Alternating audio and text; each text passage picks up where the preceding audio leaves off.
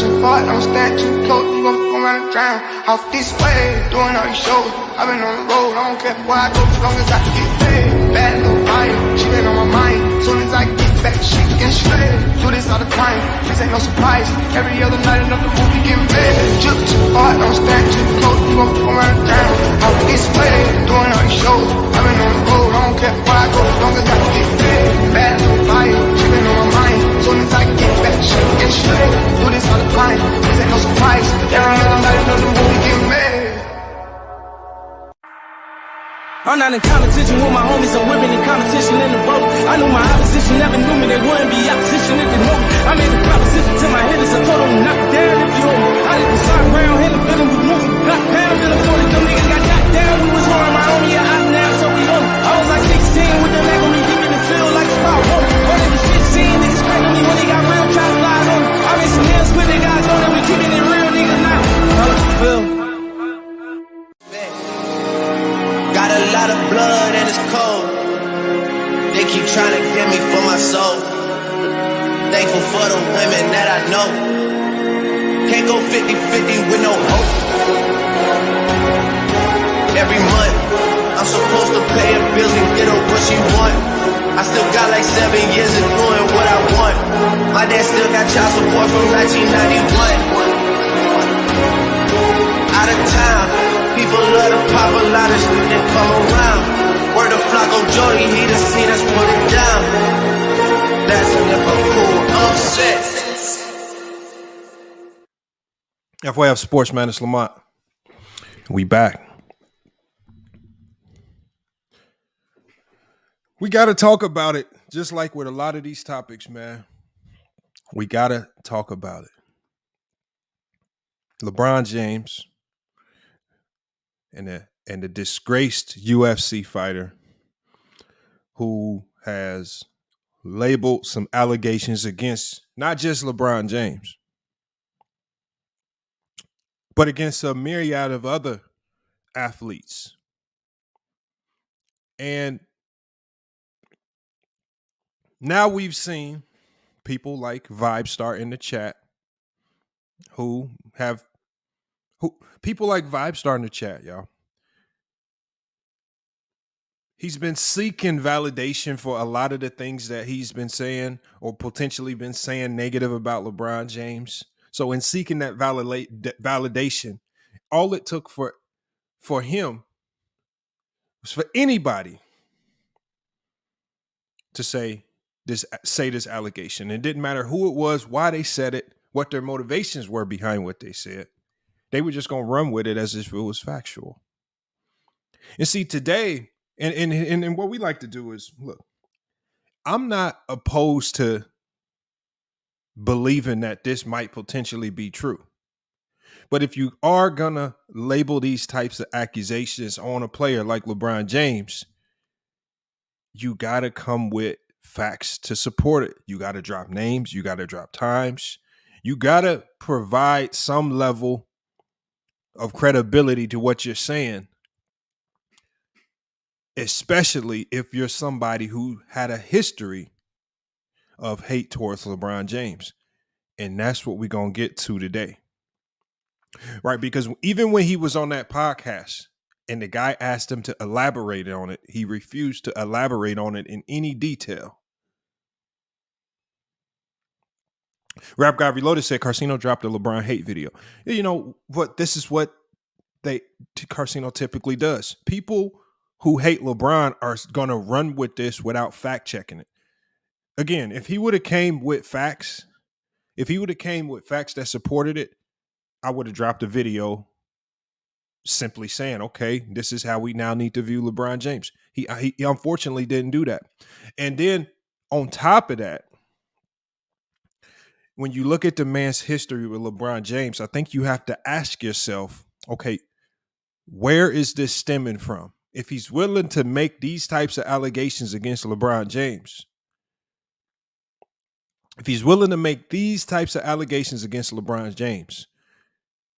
does he have an ulterior motive? And when we've heard other people talk about it, like Ticket TV, like Elder, anybody else who's talked about this, they all claim he don't have a reason to lie. That's what they say. They say he doesn't have a reason to lie.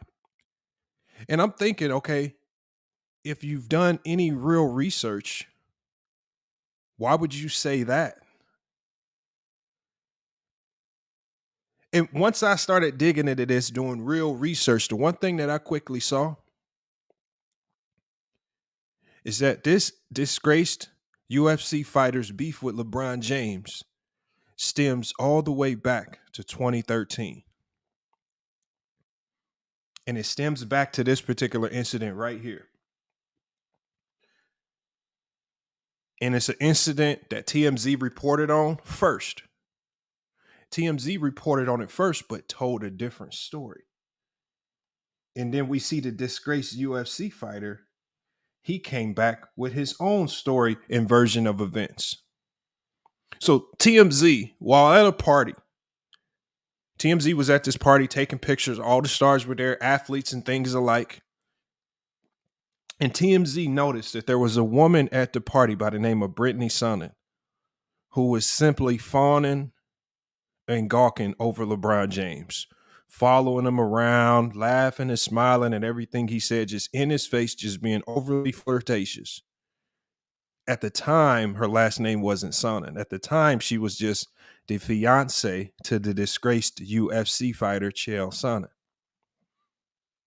But she was at this party fiending and fawning over none other than LeBron James, who at the time probably was one of the biggest athletes on the planet, if not the biggest. And so when TMZ reported on this story, which now that story seems to be taken down, when TMZ reported on that story, this is when Chael Sonnen began targeting LeBron James. Right? And when TMZ spoke to him about this particular incident, because obviously he was then looked at as a simp. How you at a party and your girl's at this party and she's fawning over LeBron James? He came up with a new allegation. This is the first time he labeled an allegation towards LeBron. This is what he said. He said, this guy LeBron walked up to my fiance backstage and asked her if there's a tic tac in her blouse or if she was just happy to see him. This is what Sonnen said to Bleacher Report back in 2013. He says it wasn't her fawning over LeBron, it was LeBron fawning over her. He even alludes to LeBron walking up to her saying something sexually suggestive and disrespectful. A very average white chick, LeBron James, goes out of his way, this is what he says, to go up to his fiance and say the cringiest, corniest joke that we've ever thought about, that you could ever think of. He says LeBron James walked up to her and said, is that a tic tac in your blouse or are you just happy to see me? This is what he claims LeBron James said to his fiance in 2013, right? But he only made these allegations after TMZ slammed him for being a simp, publishing an article talking about how she was fawning over LeBron James at the backstage event of this party. And from this point forward, this is when Chael Sonnen began his tirade of just going at LeBron James, saying things about LeBron James, making up odd stories about LeBron James that absolutely didn't make any sense. Right? He even made up a story, y'all. He even made up a story basically saying that, and this is what he told to Bleacher Report. He made up a story saying that LeBron James, and y'all go look this up. He said LeBron James was standing in an airport. He says a mother with a kid in the wheelchair wheeled her son up to LeBron James, hoping to get an autograph. He said that with his own two eyes, he saw LeBron James take the wheelchair from the woman, roll the little boy out of the way, and then walk past as if he didn't have time to give the little boy a signature. And this is when he publicly said, this is when he publicly had said, whenever I see LeBron James, I'm going to slap the shit out of him. He's going to own up for disrespecting that little boy in the wheelchair. Now, this is the second very odd and weird allegation that he's made towards LeBron James. And it got so bad that the UFC had to intervene. And once the UFC intervened, Chael Sonnen released a statement saying that he was able to patch things up with LeBron James. So it's his former UFC title challenger, Chael Sonnen, who's been carrying this. Look, y'all, this was reported in 2013. Chael Sonnen has been carrying on a bizarre one-sided feud with, look, again, y'all hear the words, one-sided feud, all the way back in 2013. A bizarre one-sided feud with NBA superstar LeBron James. Fans can rest easy now, as Sonnen is claiming that he and LeBron James have patched things up. And him and LeBron, they did not patch things up. UFC intervened and they just said, leave it alone. Stop trying to go at LeBron James, making up these weird stories, going on these late night shows with these very odd stories that are not true. Stop doing this nonsense. He's been doing this since 2013. And it's all because of his odd attachment to a 304. He's now married. He was embarrassed. And as you guys also saw in the clip that I played, if you listen to the things that he was saying on the Jim Rome show, he wasn't saying anything related to basketball. He's sitting here crying. I don't like that he won a championship. Why do they call him world champions? He's a dork. I'm going to punch him in the mouth when I see him. Why back in 2013 was he so emotionally connected to LeBron that he wanted to fight him? And so now, all of a sudden, after he's fallen out of the realm of relevancy, a lot of people are saying, okay, why would he say these things now? It's just kind of odd that he would say these things now and coincidentally have a book coming out where he alludes to potentially talking about these things in detail. So it sounds like it's a potential marketing ploy, simply using the name and clout of LeBron James to garner more sales for a potential upcoming book. So when we talk about the motive that people have behind the things that people say, because there were a lot of people on other platforms who failed to do any real research into this particular topic. A lot of people were saying, well, what's his motivation? He don't have no reason to lie. Oh, he works for ESPN. He's worth $10 million. What he gonna lie? This is why. And the craziest thing about it is that when we look at some of the things also that have trickled down. So when we go back to, and I want to talk to you guys about another very odd connection. I want y'all to think back. Think back on a story that just recently came out. And this was also kind of regurgitated about 2 years ago. The narrative that LeBron James was cheating on his wife. If you go back and dig that up, right, when he did his speech after he passed up Kareem Abdul-Jabbar, he talked about she's the true all-time leading scorer.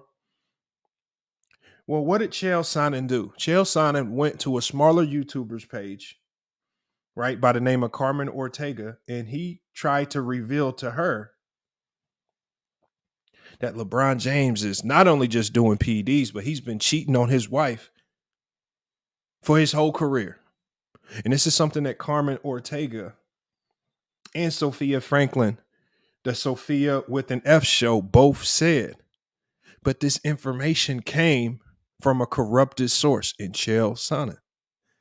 He's been the source of a lot of this nonsense. And we got a guy in the chat that says Chael has receipts.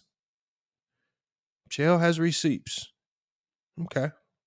Where are the receipts at? Where are the receipts at? He has receipts, but ain't produced nothing. Again, this is not about trying to vindicate LeBron James and say, oh, he's not on something. This is the fact. This is the fact that you have somebody since 2013 that has been making slanderous statements against LeBron James any opportunity that he gets, so much so that the UFC had to tell him, leave it alone. You're in some weird one-sided beef with LeBron. He's not responding to you. He's not talking to you. He has nothing to say to you. You keep making these very odd accusations. You're making up stories. First, you try to denigrate him as a champion. Then you try to say he's ignoring kids in wheelchairs at the airport. Then you make up this fictitious story that was already proven false by TMZ. You make up a fictitious story saying that he walked up to your fiance and said, are those Tic Tacs in your shirt? Or are you happy to see me?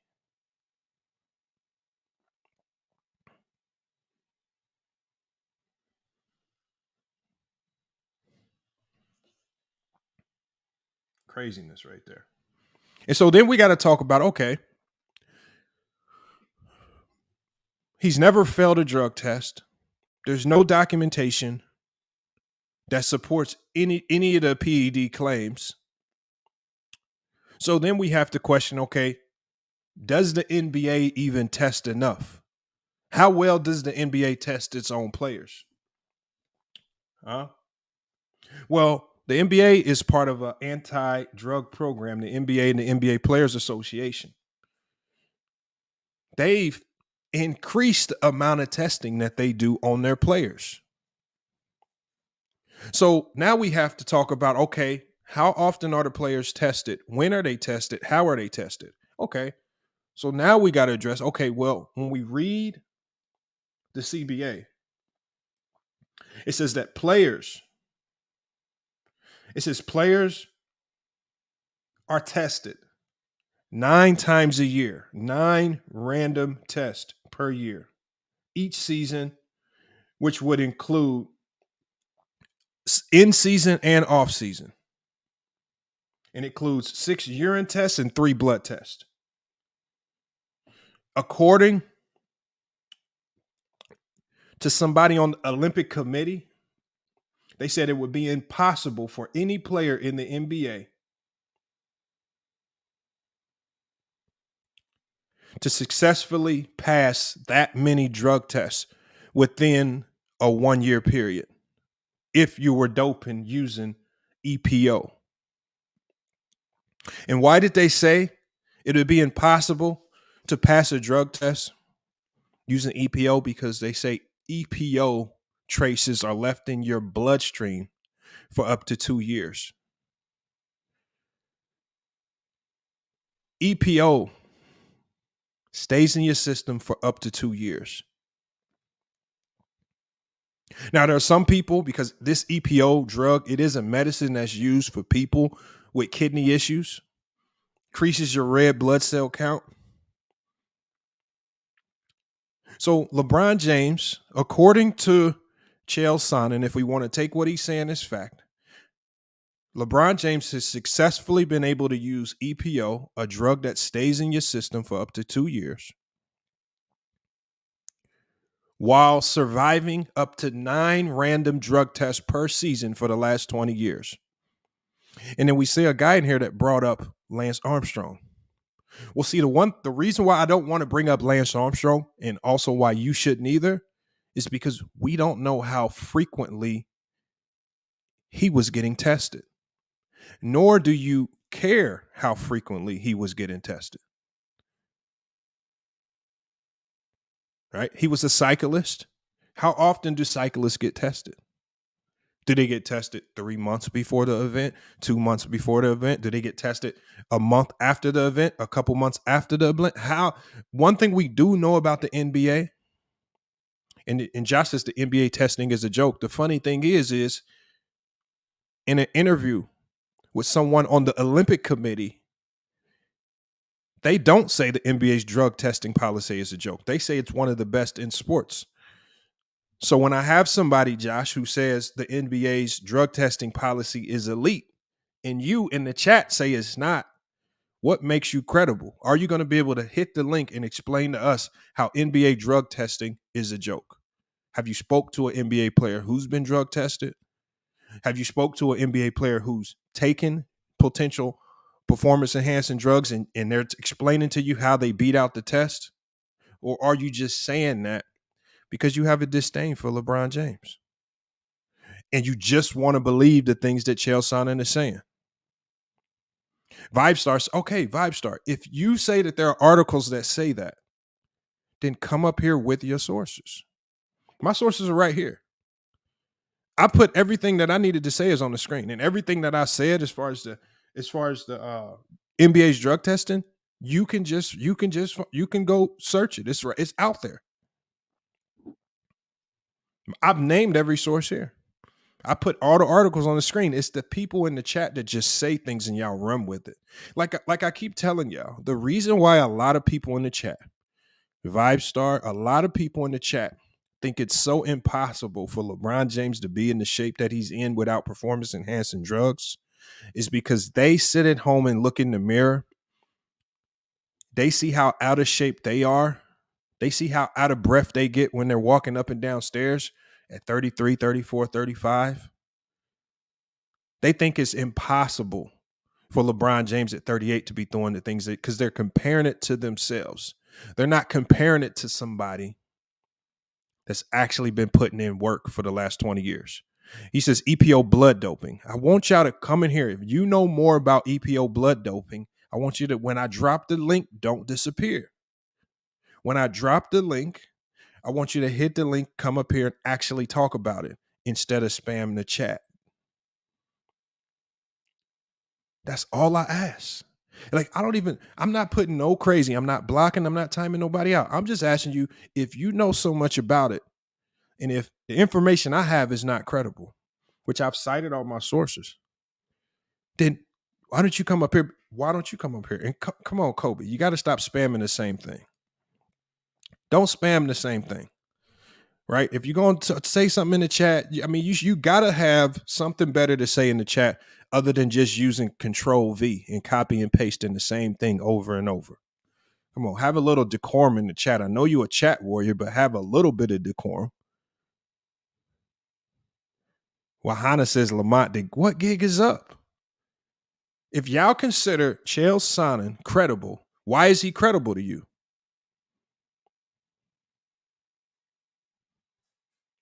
Okay, the source to what? A11 Gravy.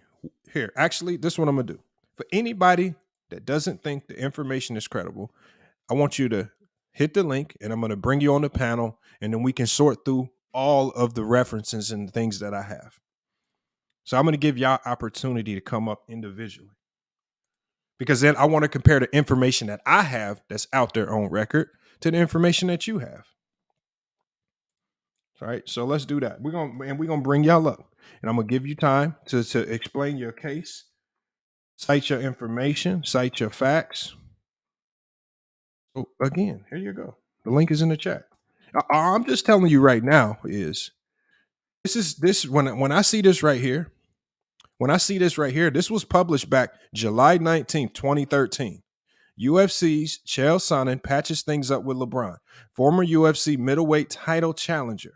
This is from the UFC's website, has been carrying on a bizarre one-sided feud.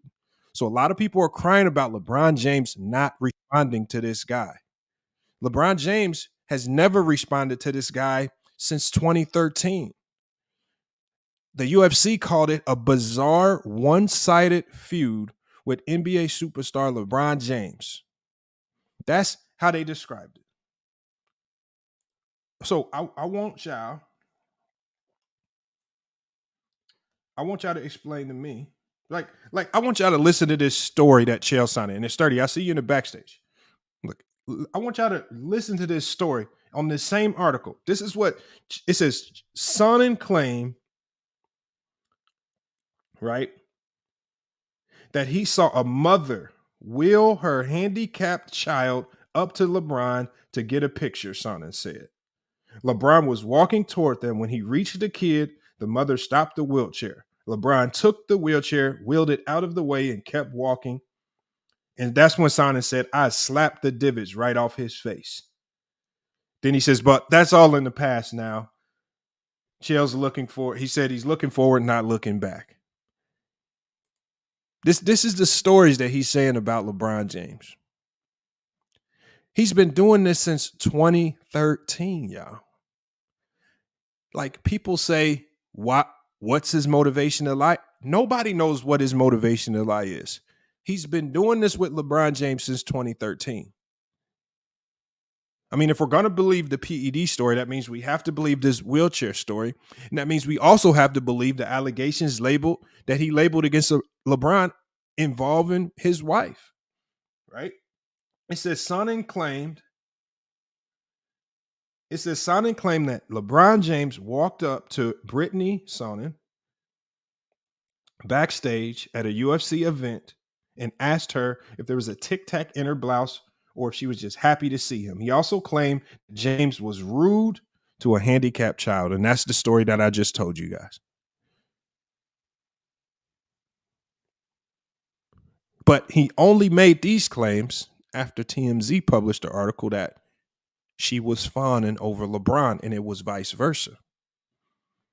It just kills your credibility when you have a track record of close to 10 years making up stories about LeBron James, and then now in 2023, you say something about LeBron James, and we're supposed to believe you now. You say you have evidence, but you didn't produce any evidence. People asked you to produce evidence, you still haven't produced. But now people are calling for LeBron James to respond to this guy, a guy that has been antagonizing him since 2013.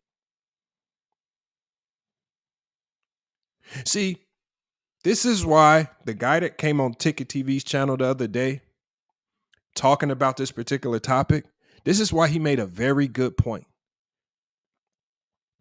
He said, y'all asking LeBron to do what y'all not even willing to do with other YouTubers, in referring to A Weezy Bang. He says, y'all asking LeBron to respond to smaller athletes on smaller platforms who are obviously lying or whatever. You asking LeBron to respond. But when it's your time to respond, when you get called out by people like A Weezy Bang, you get to crying and say, oh, they too small for me to respond to. I can't respond. See, and that's where he killed him right there. You asking LeBron James to go jump in the mud with somebody that's been antagonized. The thing is, that's what Sonnen would want. The only reason he would be antagonizing LeBron for 10 years is because he wants LeBron to acknowledge him.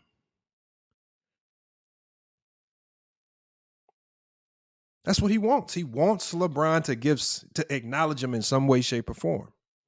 LeBron said, I'm not acknowledging. When the allegations came out that LeBron, when the YouTubers, there was pretty big YouTubers, when this woman YouTuber, even the model came out and said, LeBron James is cheating on his wife. What did LeBron James do? Did he have to come out publicly and say anything? No, he ignored. Let's keep it moving. We're not going to give it no energy. See, a lot of people and at the end of the day, y'all, the only thing that LeBron James can actually do if he addresses this, he'll just say, I'm not doping. And what more do you want him to do? What is he supposed to do? Is he supposed to pull up all his medical records, every drug test that he's taken with the NBA, and then start putting it on a StreamYard, showing everybody, all right, I took this drug test this day and this time. Here's another district, right? When I go to the gym, here's my trainer right here. He's supposed to go through all of these hoops and everything just to prove to y'all he's not on PEDs. That's what he's supposed to do. All because of some disgraced ex-UFC fighter King David, there is no smoke, though. You say where there's smoke, there's fire. You got to show me the smoke. Because what I'm showing you with Chael Sonnen is you say where there's smoke, there's fire. Well, he has a track record of making up allegations against LeBron James, King David.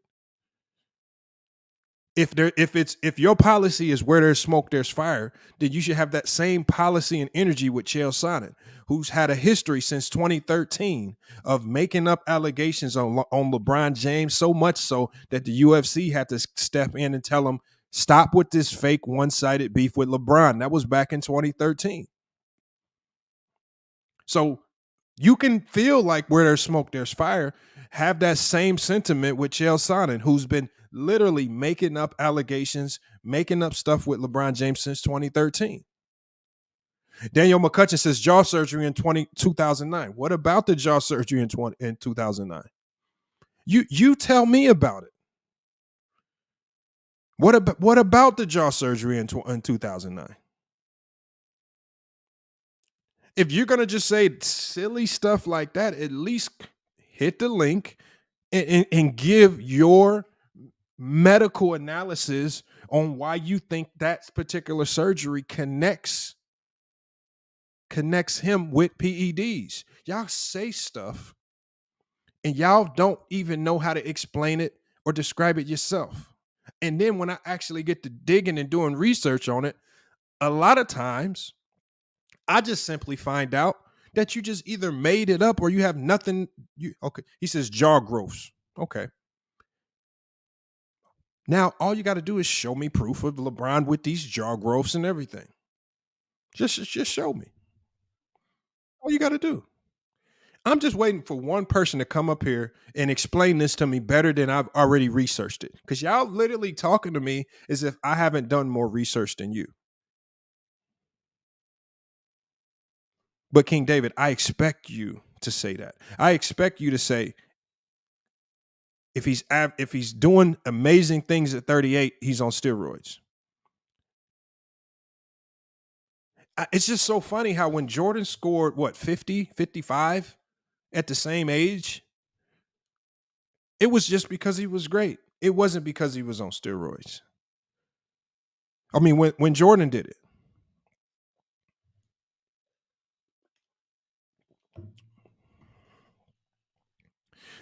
Kendrick, I don't even know if that's true. Because I promise you, if I go digging up information on LeBron's jaw surgery, it's probably not going to have anything to do with what they're saying.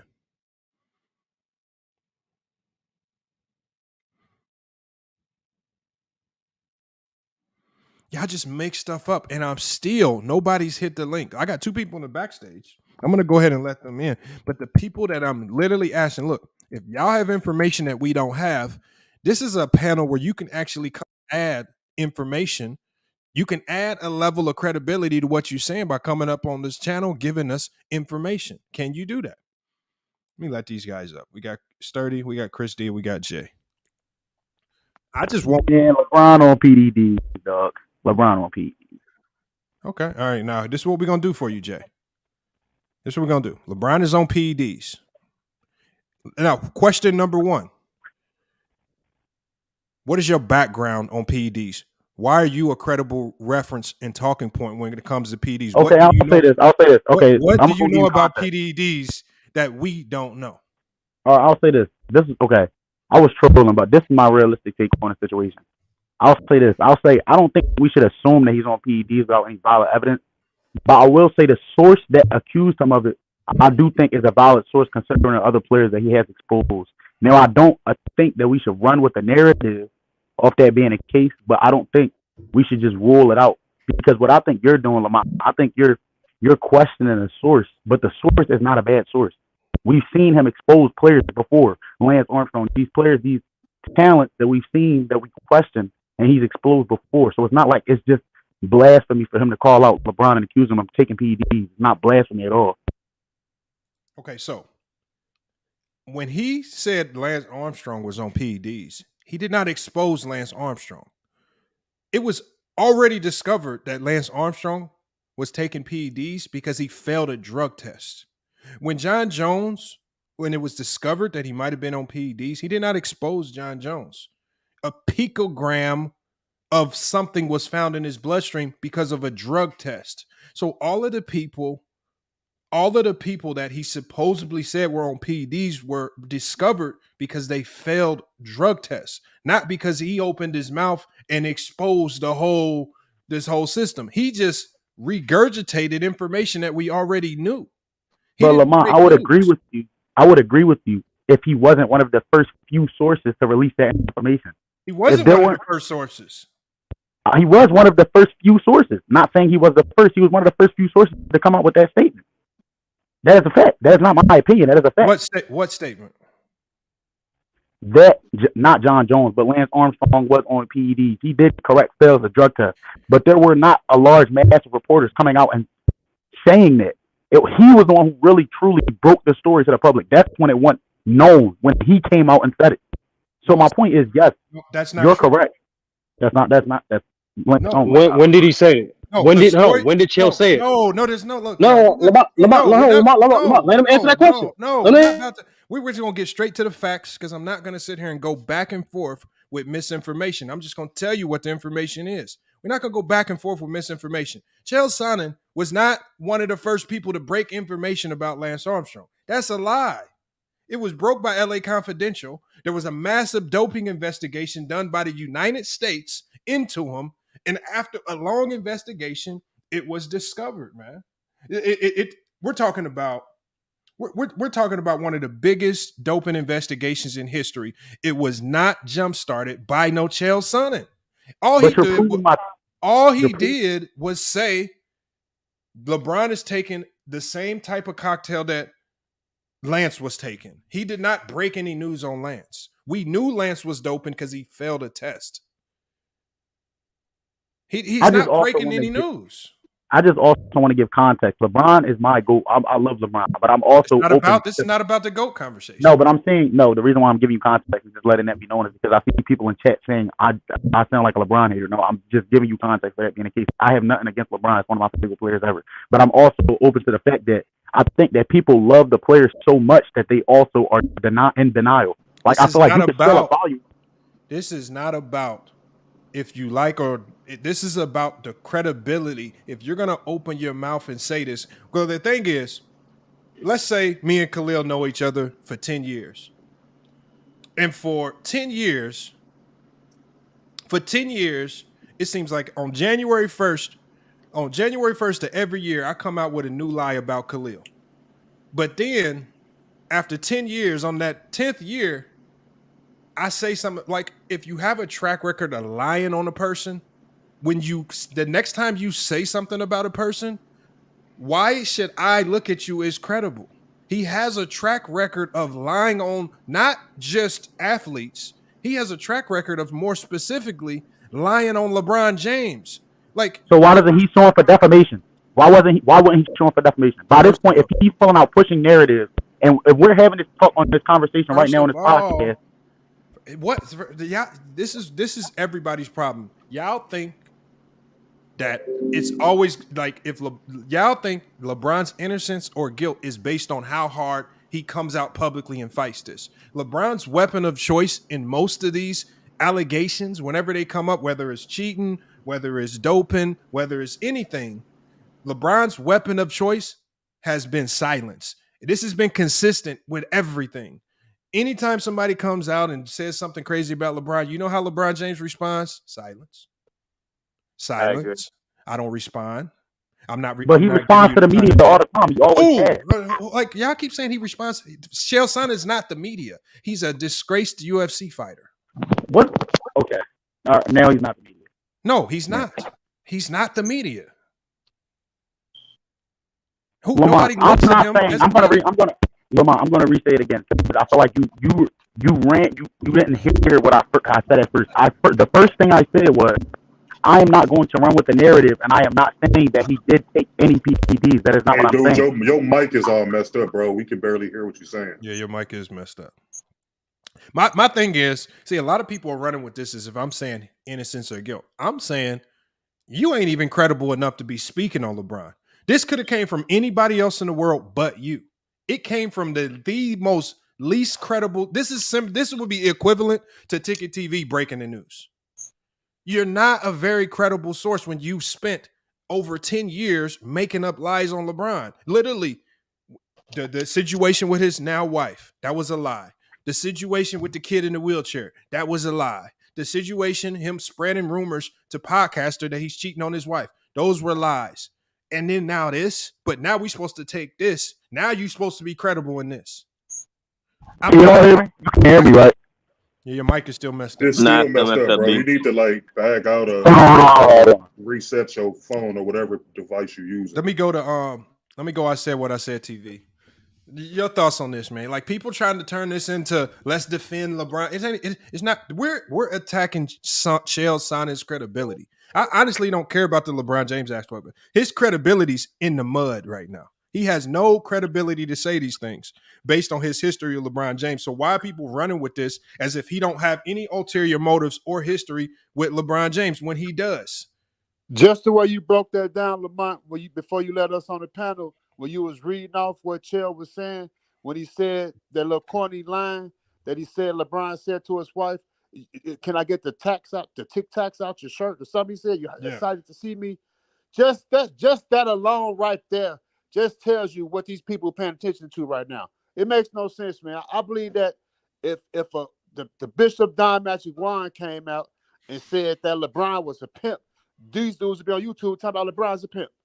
It's like anything about LeBron that can create some type of, narrative or controversy, these dudes gonna run with it, man. So until I see some evidence, until I see some proof, this just a waste of smoke, man. Waste of time. I agree. I was gonna say, because right now it's a whole bunch of he said, she said nonsense, and I'm not with none of that. Like you need like clear cut concrete evidence that like all this like documented saying, hey, LeBron was using PEDs on this day and this time. Like I need actual evidence. Otherwise, it's all just he said, she said. Because we can even go back in history through a lot of your favorite players that was accused of things that your favorite player clearly ignored. Do y'all remember the accusation with Colin Cowherd with Kobe Bryant? I believe in 2014 when he had the surgery on his knee, he was alluding to the fact that Kobe Bryant may have used PEDs for his legs for a surgery that he had. And y'all want to know what Kobe Bryant did? They ignored it because it wasn't true. If it's not true, there's no reason to even talk about it to begin with.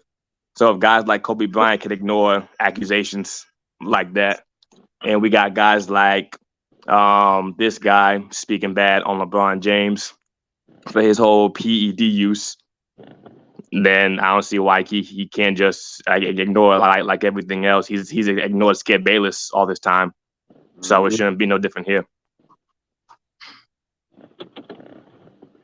Hey, what's good, Lamont? How you doing, brother? What up, Mahari, man? What you got on this? Just a little quick thing here, man. Special Olympic basketball season is back, man. I'm back working, back grinding, back coaching, back playing again, bro. So just got my first practice in today, man. So I'm happy. So I'm pumped up, ready to go, man. That's what's up, man. Thank you, brother. Now, I just want to say one thing, though, bro. Like, I need people to do this thing here, okay? And I know Lamont already did this already. And Sturdy knows Chael Sonnen from the top tip of his finger.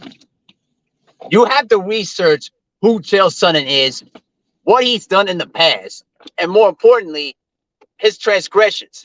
Do you guys know that he almost got into jail for, I think it was basically for some property illegal stuff. I'm not sure. I don't know if it's. I'm not sure what it exactly was, but I think somewhere in that vicinity. Hey, Sturdy, do you remember that? No, not that one. Not that one? Oh, okay. I think it's something in that between, but I'm not too sure. So don't quote me on that. But the thing is that Chael Sonnen history has been pretty much shady, from domestic violence through various drug tests that he's failed, through all the racist comments he said, even to John Jones, Anderson Silva, talking about the fact that he was talking about Brazilians and all that. Like, bro, this dude has been shady this entire time. So why would anybody in anybody's mind would take anything credible what Chael Sonnen says? Because the thing is, what he's trying to do, and like what Lamont's been saying, he's just trying to see clout and attention from LeBron. And unfortunately, LeBron's not going to give it to them. Why should he? Because at the end of the day, he knows it's not true, and he knows if he responds to it, he's basically belittling himself. So, listen, what LeBron doing is right. He's just ignoring the thing and just not even acknowledging it because that's all he wants. He just wants attention. Just like how George Cole is, even now, when he talks about Carmelo Anthony, every time, either on Twitter, on radio, every single time you hear George Cole's mouth, it's just nothing but venom and racism coming out of his pores. That's just what it is. That's all you need to do. Just ignore the stuff and move on. That's all you got to do. See, but this is also narrative talk. I think that's another thing. Because just by watching the game, I mean, and I don't, not LeBron hate, but I feel like it's fair to question something that we've never seen before. We've never seen somebody that old playing at that high of a level. So for you to question that, I don't believe that. If you want to say the source is bad, fine. But I don't understand why it was the issue to question so, considering we have players like John Morant doing dunks in games and getting tested after. When John Morant is getting tested for PEDs in seasons more than LeBron James. No, he's not. Yes, he No. is. LeBron was tested 9 times last year. That's what I'm saying. That's the These max. dudes just That say is the stuff. maximum amount of times you can get tested in a season. Like, do you read or research anything? You just come on a panel and just say anything. That's the second time you've been wrong already. This season, not last season. Okay. It don't matter, bro. He just tested regularly. You think he just started EPO this year? One These allegations, he said LeBron has been on EPO for years. LeBron last year alone was tested the max amount of times that a player can be tested in a season. That's 9 times in season mixed with off season. That's a lot of times. That's 6 P tests, 3 blood tests, and he passed them all. But listen, I'm not gonna lie. Nah, Lamont. We gotta question it because hold on, Lamont. We gotta question. Lamont. We gotta question it because remember he's playing at a high level at an old age. We can't hold to the same standard as Floyd when Floyd was winning multiple championships as an older athlete. We can't question Kareem. We can't question Kareem winning Finals MVP at the same age as LeBron, if not older. We can't question Tom Brady winning Super Bowls at an older age, LeBron. No, Lamont. We can't question those antics. We only can question LeBron because LeBron apparently is the only person around that age is doing great things in the sports. LeBron is the only person, the only GOAT that's been accused of PEDs ever. Right? That's why we only got to question LeBron. I think the whole league is doing it. The thing is, it's not just LeBron though. That's the thing. Like it's other players in the past. Like even like Kobe Bryant. He was accused of using PEDs twice in 2011 and 2014. So just saying, it's not like any all-time great hasn't. No, see what it is, bro, is that these people they want LeBron to be guilty so bad. Like just listen to these people on the panel. Like this guy here, and then you look at people like this King David and this Kobe dude. Like listen to everything Lamont just broke down. For one, they don't listen well. This dude Chael Sonnen is a known. This is all public record. This dude is a racist. He a drug cheat. He a shame of his sport. He a woman abuser.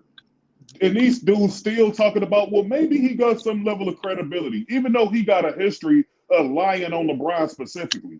Let's still question what he said just to make sure. Like, listen to how stupid these dudes are. Thank you. Like, these dudes are stupid, man. Hitler can come out. Hold on, let me finish what I'm saying. Hitler can come out and say that LeBron did something, and they would believe Hitler. Like, that's how dumb these niggas are, bro. And that's what's wrong with our race. That's what's wrong with our race as black people. You got a known racist tearing down one of our greats, one of our wholesome dudes in our community. And they'll still believe that racist. Like, you niggas is pathetic, man. Thank you. Pathetic as fuck, bro. And sorry I cussed them out, but I'm done with this shit, man. Like, we got the most pathetic race of people on the planet, bro. Pathetic, especially black men. Let me let Jay respond. Let me let Jay respond. Go ahead, Jay. I have a question. And once again, can we? I keep saying over and over and over again. I never questioned and I never said LeBron was doing anything. But Lamont, I have a question specifically. If LeBron was, let's say LeBron was, once again, he's not. I don't know if he is. We're going to move with the thing that he's not because he hasn't been guilty. If he was, with LeBron being the face of the NBA and the person who draws in the most money, don't you think the NBA would try to sweep it under the rug, similar to how the Celtics did with the Ime Udoka situation? We've seen situations get pushed under the rug by the NBA. So why wouldn't they do that for their number one players? I'm talking about market wise. Well, the one thing we know is that it was the Celtics that tried to sweep it under the rug, not the NBA. Obviously, the Celtics wanted to keep that in-house, which is even what Stephen A. Smith said. Stephen A. Smith said, I've heard of these situations when you're talking about relationships, infidelity happening with teams all the time. And he says it generally stays in-house and it doesn't get to the public. So that's common. That happens all the time, according to Stephen A. Smith. He said he knew of plenty of incidents that he didn't want to speak on. So that's not the NBA hiding something. That's a team trying to keep their organization looking clean. I understand that. Marketing, business, that's what you're supposed to do. When it comes to something like this, everybody keeps talking about the NBA sweeping stuff under the rug. We live in a day and age where social media exists, where people leak stuff all the time. If a scandal of that magnitude, if something like that were to get swept under the rug, it would get leaked out. The documents would get exposed and the NBA would look bad. The NBA would be better off if something like that happened. They would be much better off just addressing it head on. LeBron James is at the end of his career anyway. To suspend him now is not going to be that big of a deal. Dish out the punishment so you prevent future incidents with your young stars and you move on. But it does them no good right now. It does them no good right now to try to sweep something like this under the rug. That makes no sense. These stories actually, it makes no sense for the NBA to do something like that. That's not what they want their eyes on for the public in general. Okay, but the thing is, the NBA they've already partnered. They partnered with a drug program that tests their players up to 9 times a year. If this is something that runs rampant, if a lot of people are just saying, "Oh, I think a lot of athletes are doing it," like Chris said, well, how come other athletes aren't commonly getting tested positive? Are they sweeping cases of the 14th and 15th man on the bench under the rug too? Is they just not telling us about it? Like, what's going on? Because the last time I checked, the last few players that got caught doping or the last few players that got caught using drugs, they're either kicked out the league or facing long, lengthy suspensions. That's the last time. Like with the one player, I forgot, was it John Collins? Yeah. He got caught. He got a long suspension. It's happened. They didn't sweep it under the rug. They just suspend them and we keep it moving. But you're naming role players. We're talking about the biggest draw in arguably in sports. Okay. So, but what makes you think they're hiding it? What evidence do you have that suggests the NBA is hiding this, as opposed to just believing the information that you have on hand, which is that he's never failed a drug test, which is this guy who's making these allegations is not very credible, and he has a history of making up lies on specifically LeBron James. Just take the information you have and go with it. Let's not create information and say, "Oh, it's possible because of some wild conspiracy theory that I've made up in my mind." I am agreeing. You keep missing the part. I keep saying it before every time I talk. I agree with what you're saying. We have no evidence, so we shouldn't run with the narrative. But I'm saying I'm going to say it again. If he did do it, the NBA would have a reason for trying to hide it. I never said he did it. I don't believe he did. But that would only make sense if the NBA had a track record of hiding things. They don't. Actually, I have a question for the brother. Listen, in terms of ifs, like, we can't really assume these things, like you said, until we have concrete evidence. But my thing is, we can use the whole term if as much as we want to. But if there's no concrete evidence, I mean, I'll be real, there's not really much to really go off or even discuss. Conversation. Majority of what we're talking about is an if, because nothing's been validated. If we don't have questions of this nature, there would be no conversation. So but we can't live in the world of what ifs, though. That's my thing. I don't live in there. I live in reality. But the only fact there is he passed his drug test. So it would be no conversation. There's no controversy. That's my point. So the whole reason this is the conversation is because of question. So I'm asking a question. I never said that I disagreed. I never said LeBron's taking PEDs. I'm not a ticket hater. I mean, I'm not a ticket lover. I'm not pushing no LeBron narrative. I agree with LeBron. The evidence says that LeBron has passed all his tests. They consistently test LeBron James. He passed all of them. I'm just saying we can't if we don't have the discussion, there would be no talk. I think Lamont would agree with that. If nobody's asking, No, that's not what I'm saying. That's not what I'm saying. What I'm saying is, amongst all the discussions that are being had, no one's talking about the credibility of the person that actually made the claim. Like that means the most here. That's Like exactly. for example, let's say, I don't even want to use his name, but I'm trying to think. Let's say a player like Michael Strahan came out with these allegations. Kind of bit more credibility there than a Chael Sonnen, just because of his reputation, what he stands for, what he does, things like that. I'm just saying, this is a guy who has a 10-year track record of lying on LeBron. He's not the most credible guy when it comes to LeBron James. And then he tries to make himself sound credible by mentioning incidents or people that have been caught using PEDs as if he was the one that broke the story on them when he wasn't. The United States government, USADA, did an investigation on Lance Armstrong. John Jones got found out by the UFC. He made an allegation against Tiger Woods that's been unfounded and no proof or anything behind that. Didn't he try to say Kobe Bryant too? And Stephen Curry? He said Kobe Bryant and Steph Curry. Like, his credibility to me is in the garbage can. And none of these guys. And Lamont, hold on, Cliff, real quick. Look, that's the thing, Lamont. You giving way too much credit to the level of intelligence the masses have. The masses don't care about credibility. The masses don't care about fact. The masses don't care about empirical data. They only care about the narrative. What sounds good. Bro, Lamont, like, it's way more interesting to talk about if LeBron is on PEDs than just simply do your research of just 5 to 10 minutes proving that he's clearly not. It's way more entertaining, way more interesting. Hold on. Somebody got to turn that 2K down. Yeah. Sturdy understands what I'm saying. I'm saying what I'm saying is, Lamont, that's the reason. To answer Jay's question, that's the only reason why this thing is getting headline. Because LeBron is popular. He's he's literally, honestly, him and Floyd are the most polarizing athletes right now. That's why it's getting talked about. It's not because it's have any credence. It's not because of any of that. It's because it sounds entertaining. People in today's society are gullible, insecure, weak. So they will run. Thank you. Like, they will spend hours on something that's clearly a lie just to boost whatever fantasy they got in their head. Facts. Who know basketball can recognize that. So everything Sturdy is saying, I agree with. All I'm saying is, everybody on this show, I think, as of right now on the show, would agree that there's no evidence. So LeBron, as of right now, we will all agree he isn't taking PEDs. Correct? Yeah. I mean, yeah. So that's just it.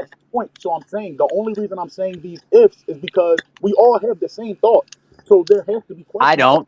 No, I don't. Bro, I'm sorry, bro. I read books on my off time. I don't. When something is proven a fact, I leave it at that. Is move the hell on. Yep. I don't linger on like, what is if it's not really a fact? What happens if that makes no sense? It's impractical. Yep. Not even well, yeah. Again, not even that, but although I agree that he's not taking PEDs, all I'm saying is, and hinting at is, I don't believe he's taking PEDs, but there also may be reasons why, if he was, the league may hide it. That's all I'm saying. But here's the thing, though. But you create such a very big conspiracy there. Like, right. Now you're not only are you saying LeBron is taking PEDs, now you've created a completely new conspiracy that's even bigger, that now the NBA is taking part in hiding his use of PEDs. So now you've created a mountain out of a molehill of a story right there. Hold on, but here's the other thing too. Here's the other thing. When people use but they say, what happens if he did this? That's an illogical fallacy, because at the end, that's basically feeding a false narrative. Because the only reason why people... What's that? No, I'm saying, yeah, no, I'm saying I'm agreeing with you. It's a false reality that will never exist. Exactly. Because the thing is, here's the thing: when people say, "What if?" If people say, "What happens at this?" No, you have to go by what the facts is telling you. But unfortunately, what Ace 30 said is facts. People like to listen to false narratives because it sounds good, and they try to believe it as factual when people aren't willing to do the research themselves to see if it's actually legitimately fact. And that's why people can go on different channels all over YouTube and run with false narratives that people know are not true. And that's why I don't waste my time on people like Chael Sonnen, because Chael Sonnen is a racist, and more importantly, his credibility is completely dirt. So Exactly. I mean, I'm not wasting my time listening to, and I'm gonna say it the way LBC would say it. I'm not listening to a damn Peckerwood who's a freaking racist. I'm Exactly. not wasting my time on that. And this No and the energy in brother that at all. and the brother that was saying, hold on, bro, real quick. The brother said earlier where he talked about LeBron being as old as he is. I'm 41 years old, right? I got 2 full-time careers. I work over 18 hours every day, except for Sundays, of course. You know what I'm saying? I can still dunk. Hey, I hold on. wasn't I'm gonna much tell of a y'all. I seen Khalil in person, y'all. He looked like he's 27. He don't look. It's surprising. I didn't know your age until you said it the other day.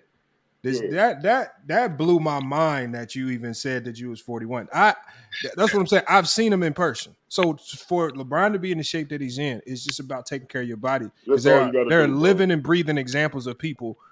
If you take care of yourself, you can be in just as good a shape. If you look at Brother Omari Juma, you got Khalil, you got people who stay in shape, keep their bodies right. It's not That's very all. hard to do. It takes a level of discipline that most people don't have.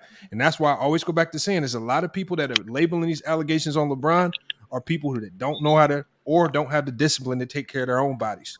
And Most that's of why them they put it don't. on LeBron. Most of them, and I Most of mean, them like you don't. They said, bro, don't. They don't have. I work out. I don't smoke. I don't drink. You come to Cleveland and watch me dunk on you at 41. I will dunk all over you.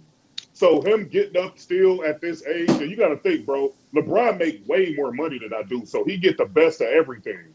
Like, it's just that, like you said, y'all, a lot of y'all dudes don't work out and eat right and do all that stuff, man. So y'all can't fathom the thought that a man of that age is still operating on that level because y'all can't relate to it.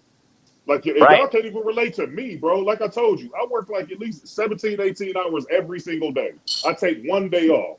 And this dude's that's younger than me, that's in their 20s, that I have on my staff that burn out after working 2 16-hour shifts. These dudes be burnt out and be in the bed all day because they don't eat clean, they don't drink clean, they don't do nothing clean.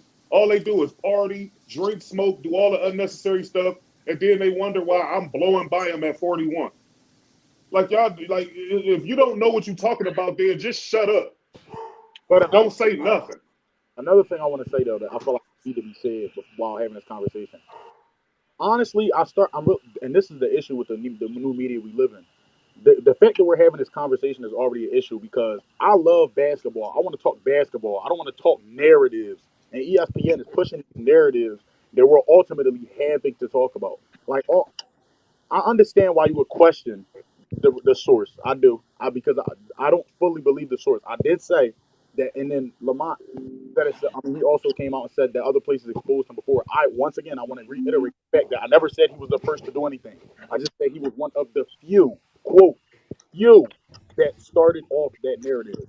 But I feel like, I mean, when we have to have these LeBron conversations, these narrative conversations, I just feel like that's exactly what they want. I feel like that's what the media wants, and I just feel like we're giving the media exactly what they want.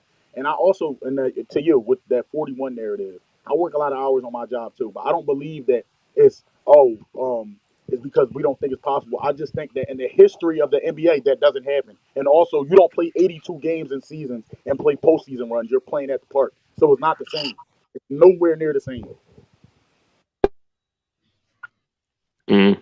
I'll give you that. So I'm Let gonna me. say. Hold on. I want to I'm get. gonna I say got this. some And new. you, I hold got some on. new You people in the pass back. chat. Let me just say this real quick. No, hold on. I ain't I really got. get. I ain't I really gotta get give. to the new I ain't really people. I give gotta my get to the take. new. I ain't really Oh, to yeah, give go my ahead, sir. Chelsea take. Go ahead. Go ahead. I've been following and practicing MMA for more than a decade. Nobody in this channel on this panel watch more Chael Sonnen than I do, and I'm letting you know, even in the MMA communities, he's not even fully credible in that. with these types of allegations. It's Facts. simply, I'll put you like this. I'll put it like this because y'all not gonna care about what I just said. I'll put you like this. Let's play this game. Say if LeBron was on PEDs in today's society, you really think that information will not be able to get out? The last scandal we seen, quote unquote or situation we seen, where Draymond Green with the Warriors, when Draymond knocked out Jordan Poole, everybody in the organization in that room was like, this information cannot get out. But what happened? Less than 24 hours, it got out.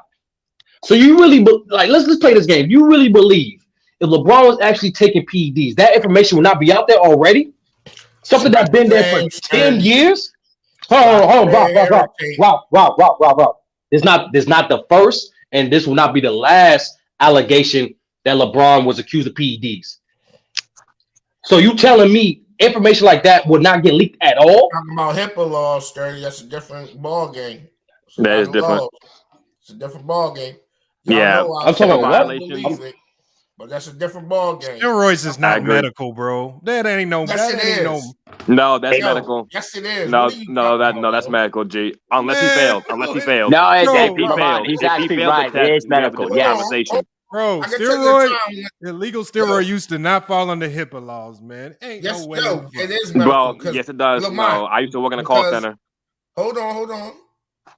That's like illegal drug use falling under HIPAA laws. Y'all all know my story when I told you that a chick put what was that, K2 in my weed, and I lost numbing in my hands. I went to the hospital, whatever, and the doctors gave me a steroid injection. This dude, Ralph, we don't know the story. We don't know the This story.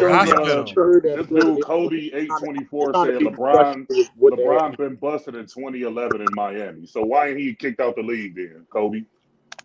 Hey, Kobe 824, bring your punk ass out here and get this work then, idiot. He ain't gonna come in here. All he do is stay in the chat. Story sometimes on True Channel about the K2 situation. He keeps spamming the same thing over and over and over. For LeBron to be protected by HIPAA laws, it will have to be literally a medical doctor giving him the steroids and injecting them, and then he's hiding it.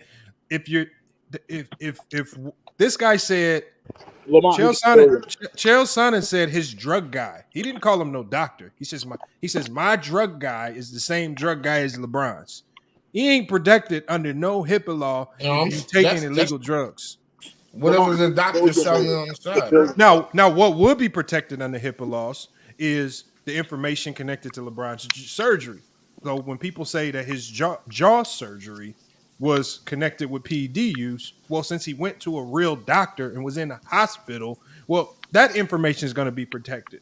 But you're talking about illegal steroid use in that some trainers probably injected into you. You ain't protected under no laws there. Come on, man. Wisdom Wars, you got a lot of feed coming out your mic, but I'm gonna let you go ahead and get your take while you got that feed going on. Can you hear me clear, or is there a lot of breakup still? No, it's no breakup. No, we can hear you clear. It's just you just got clicking noise. All right, let me change it from the head to this. Let me get what the about Bears now? season. Yeah, clear now. Yeah, you good. Okay, yeah. So, how I feel about this? Two things I want to say. The first thing being, anybody that's truly entertaining this, deep down they want it to be true. Exactly. They hoping that it's true, so they can tear this guy down. Khalil. You know, basically, they just want to tear LeBron James down, so they want it to be true. And also, LeBron James is a high-profile black athlete. One of the top-ranking black athletes that we have in society. The white media will not be protecting this man. They're waiting for him to mess up. Like, they're just waiting. The first opportunity they get, they'll expose LeBron James. So if LeBron James was actually doing PEDs and all that, this bin would have been exposed. Ain't no hiding blood tests or throwing away drug tests. He would have been got exposed. We've seen athletes at old ages dominate. We've seen Michael Jordan come off the couch, drinking alcohol, smoking cigars, dropping 40 at age 40. Nobody said anything. Everybody just had their mouth open in amazement. In the past 5 years of LeBron James' career, he's missed damn near over 100 games, bro. What is he taking that helped him? He missed damn near almost 100 games, bro. Like, he's breaking down right in front of us. But yeah, people think this man's on PEDs. So when was he on PEDs? In his 20s? Don't make you immune to things happening to your body, right? Yeah, but it does help with your recovery. It will help with your recovery. Not all the time. Yeah, well, that's what growth hormone does. It speeds up your recovery. It's always a side effect in the like drugs don't work always 100%. All right. No matter what drug it is.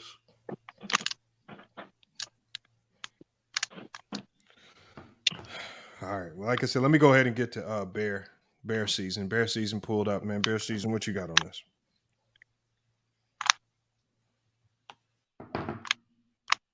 And somebody has a clicking noise going on, man. Yeah, somebody playing 2K, Lamont. Here, I'll mute. It's probably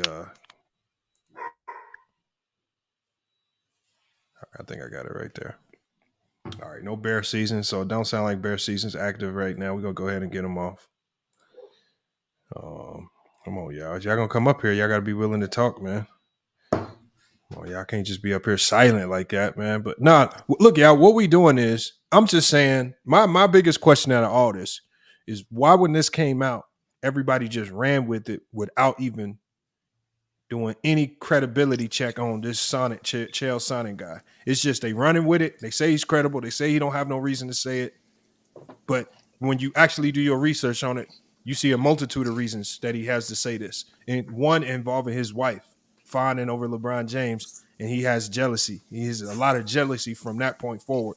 From 2013 to now, it's been a 10-year beef that he's had with LeBron James that existed.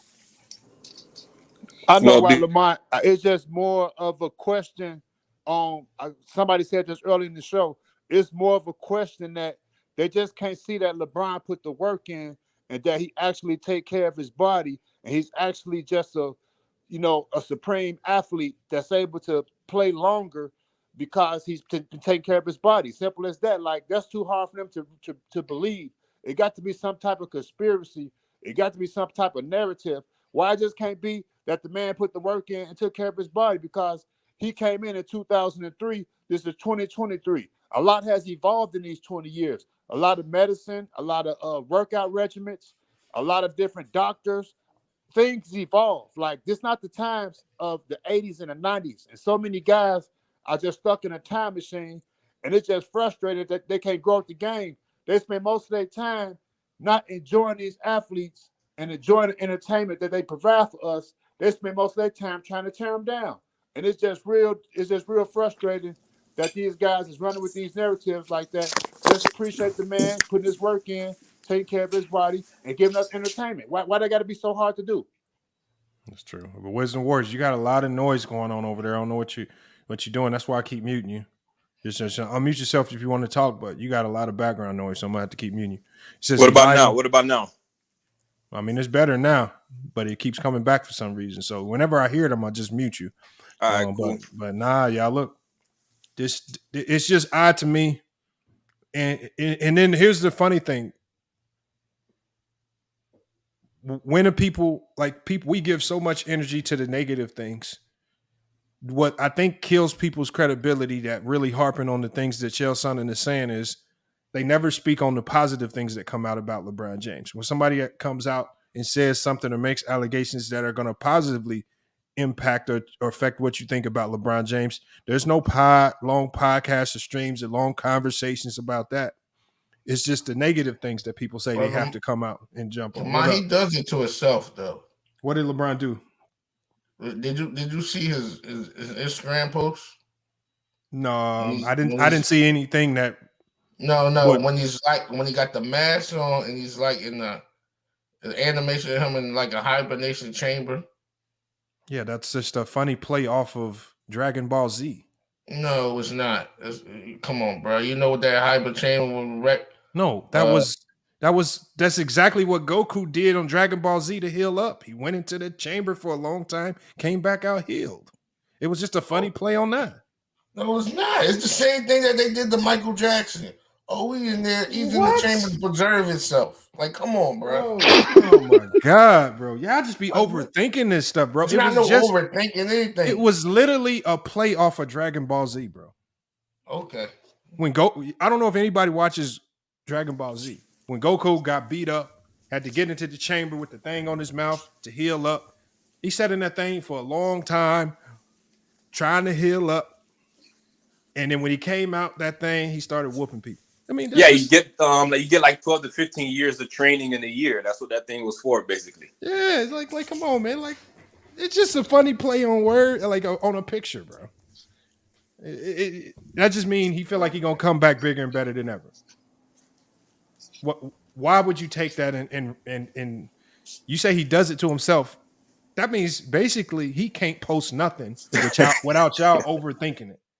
That's what social media is for. Like, most of us use social media to post. Like, if you look at my community posts, half the stuff on the community posts I post, I don't believe. There's always a truth in something that you do, no matter how you put it, bro. All right, so I'm gonna post $1 million. I hope there's some truth. I'm gonna post some money. I'm gonna post all type. Hopefully there's some truth in all this stuff I post when I start posting it. Let me drop the link. A couple people in the chat was asking for the link. Let me drop it real quick. So when you said pray all blind and activate and all that, nobody else read it in anything. Oh, people overreacted to it and tried to turn it into something it wasn't. About it.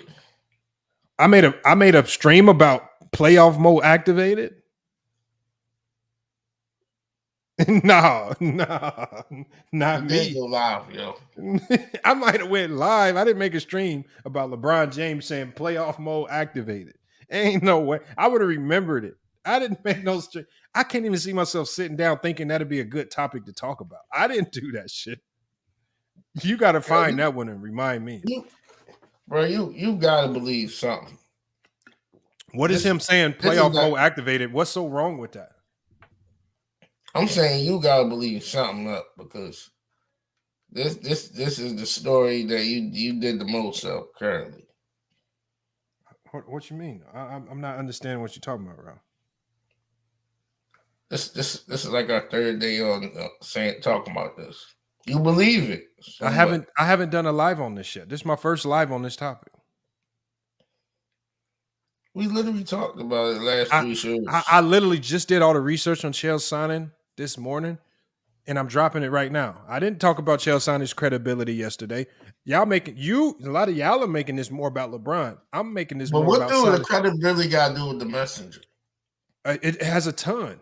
It's one of the reasons why in court, if you're going to be considered an expert witness, you have to meet a criteria. You have to be credible in a certain field of study for you to even be trustworthy to speak on certain things. So, if you say you were eyewitness, the prosecutors have to sit you through a deposition to hear you out to make sure that the things you're saying are actual credible before they put you on the stand in front of a jury, because they don't want you up here credibility matters in every walk. When you do job interviews, when you go to school, credibility matters in everything that we do. So all of a sudden now, when this guy makes these claims against LeBron, I'm wrong for checking his credibility, because he's been a proven liar and he's lied about LeBron James. He's been making up lies about LeBron James since 2013. He said LeBron walked up to his wife and said, "Are those Tic Tacs in your shirt, or are you happy to see me?" Like, now, who believes that? He said he saw LeBron James move a kid in a wheelchair out from in front of him and say, "I ain't signing nothing for you. I ain't taking." If LeBron James did that, bro, every media outlet that's blowing up everywhere. Exactly. Y'all think I'm lying? All you got to do is go look it up. This is the stories that he out there saying. I said that sounds like a lie from him. But I'm saying, hold on, but Ralph, he said, well, okay, Ralph, how come you don't also believe those stories? How come he ain't credible there? Why are you not slamming him for being mean to little kids or talking crazy to women? Like a lie. And how does if he sounded like he lied in multiple stories prior, odds are in this particular story that he's doing what? This is not the first. He's not the first guy that ever came about this. You've been hearing this since he was in Miami, Lamont. Well, we're talking about Sonnen. I understand that. The allegation's been around since Miami. Well, again, LeBron's not the only player that's ever been accused of using illegal substances. Like he's not. I ain't never had no basketball players on that list. Chael Sonnen himself named Kobe and Steph Curry. By the way. No. I'm talking about 2013. That's fine, but Kobe had two different allegations in 2011 and in 2014. So what are you saying? No, he did not. Had no. He did. Yes, he did. No, yes, he did. Yes, he did.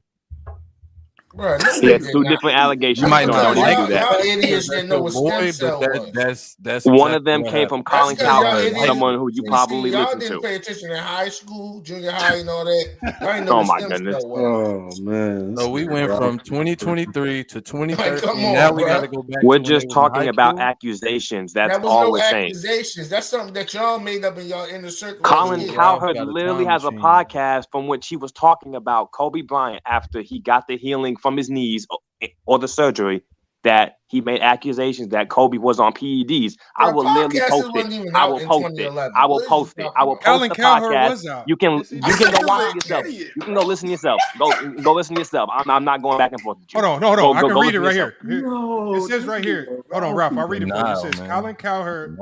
It says 10 years ago, Colin Cowherd accused Kobe Bryant of using PEDs, and this was on Colin Cowherd's show. Thank you. When was This this is article Colin date Smith, back, Lamont? Huh? When was that article you reading date back? He ain't gonna believe I'm just gonna pull the podcast up. I'm just gonna pull the actual show up. Thank you, please. So when he pull it up, then what you gonna say, bro? He's still not gonna believe it because feelings. Yeah, your feelings. So am I still capping? So am I still capping? All right then. Fanboy.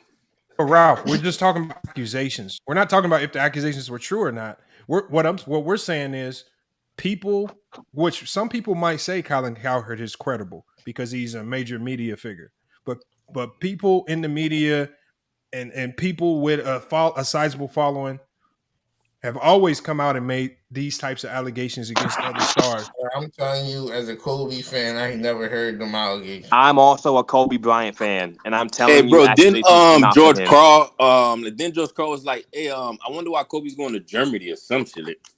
Yeah, he kind of hinted at it. Yeah, hinted at it. That was in 20. Yeah, straight up accusation though, but he hinted at it. Man, but either way, man, like let's be real, man. If you taking what this guy's saying and running with it, deep down, you hate LeBron James, bro.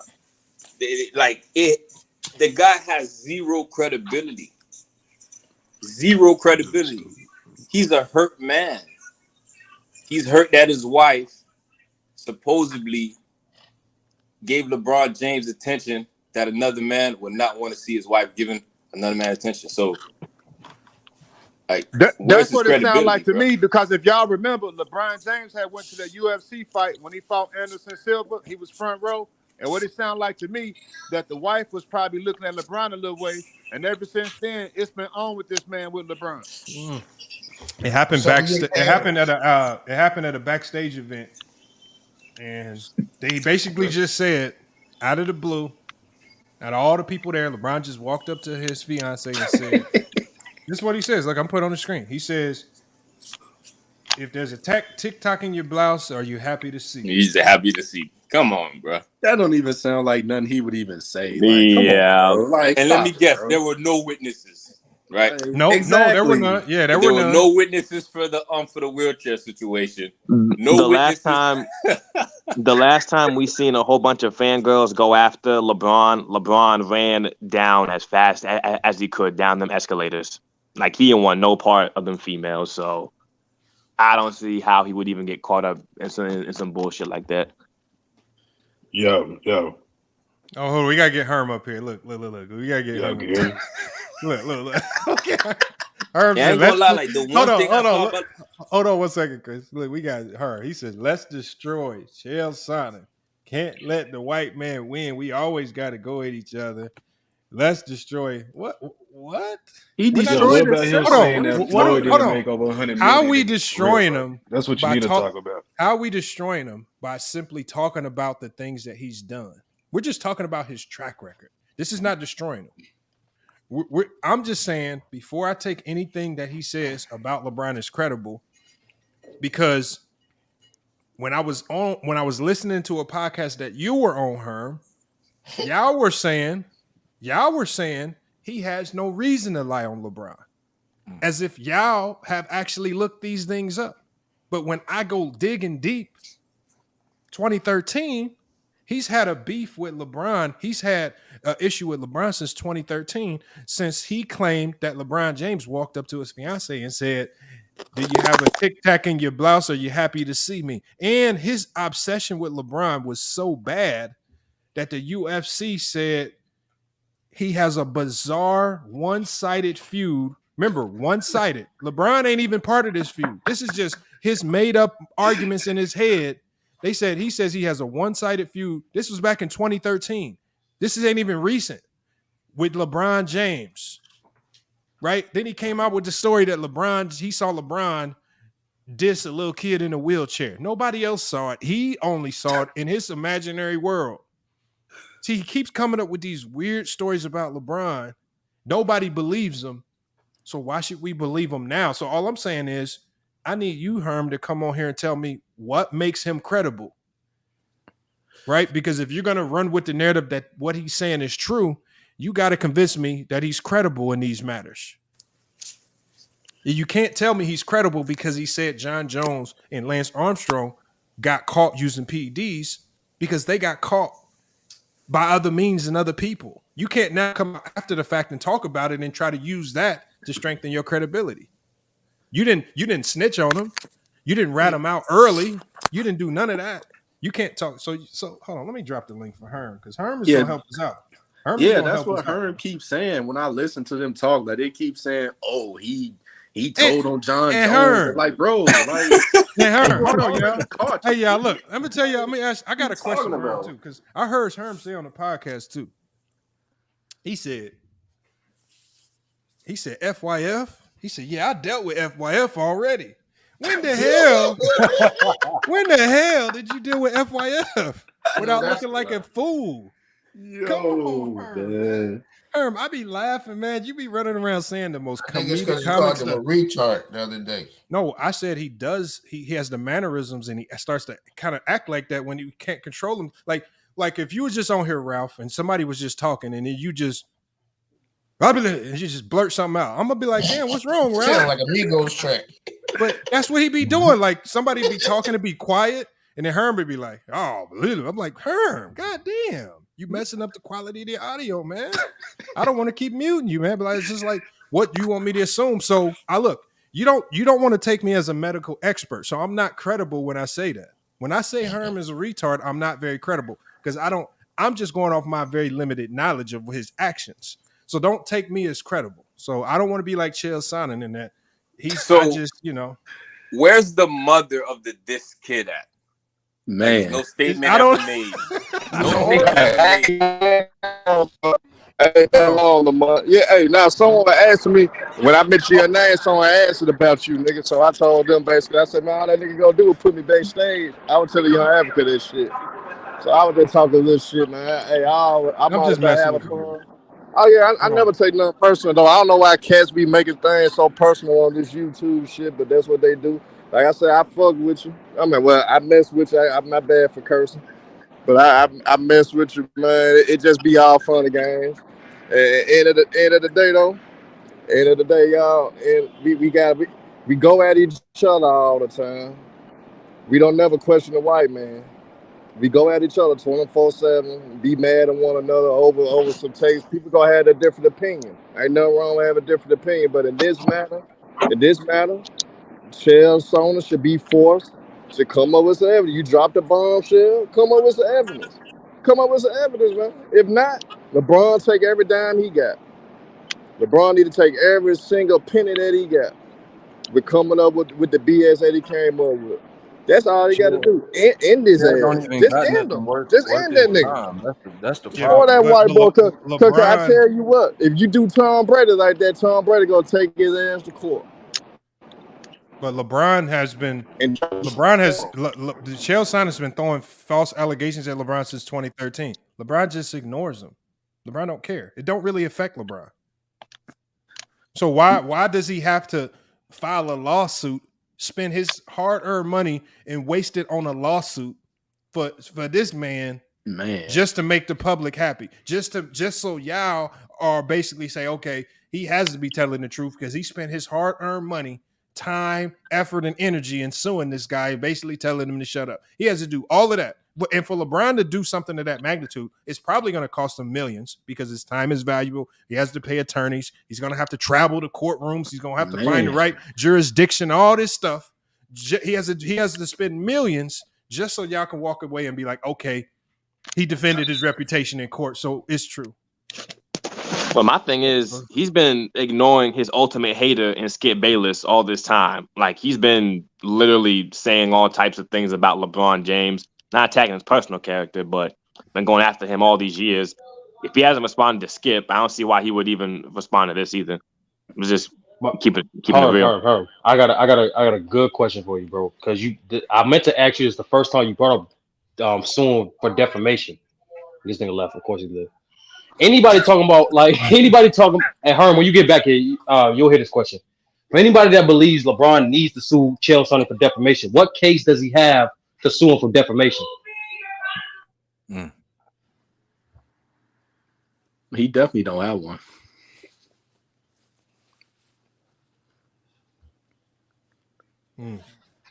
No, like a lot of people don't know defamation is just slander of your name, is slander to your name to a degree where it costs you bread.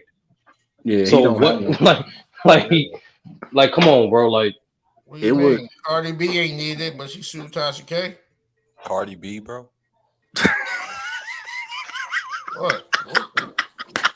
Ralph. That was Ralph. If you look in deeper, she wasn't just suing for defamation, bro.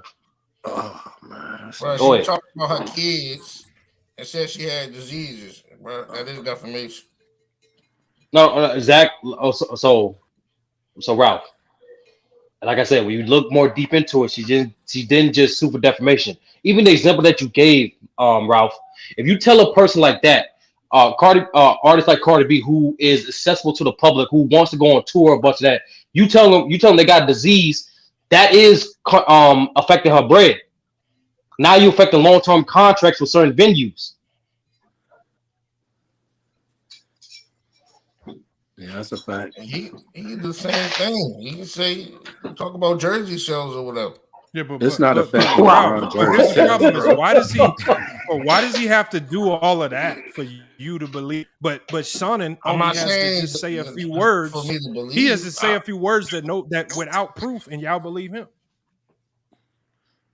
Like y'all making for LeBron to be believable, he has to spend millions of dollars in his time. For Sonnen to be believable, he has to just say something on a random podcast, and it don't cost him no money or trouble. He could just. It's not like he started the rumor, though. Like I said, we're not talking about. And Sonnen didn't address other rumors. He didn't say I heard or I saw this from a Balco. He said, I have the same drug guy. I know what cocktail he's using. He said, I know these things. So he didn't provide any evidence to support the things that he's saying, the things that he said he said. He didn't connect it to any other issue, so I don't want to connect those issues to that. We're talking about what he said, what he knows. Can he provide proof of that? He didn't. And it just doesn't look good when he has a track record of doing all this slander towards LeBron.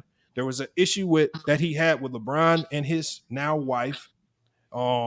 He lied and said LeBron James did something with some kid in a wheelchair, ignored him, pushed him out the way, all types of crazy stuff.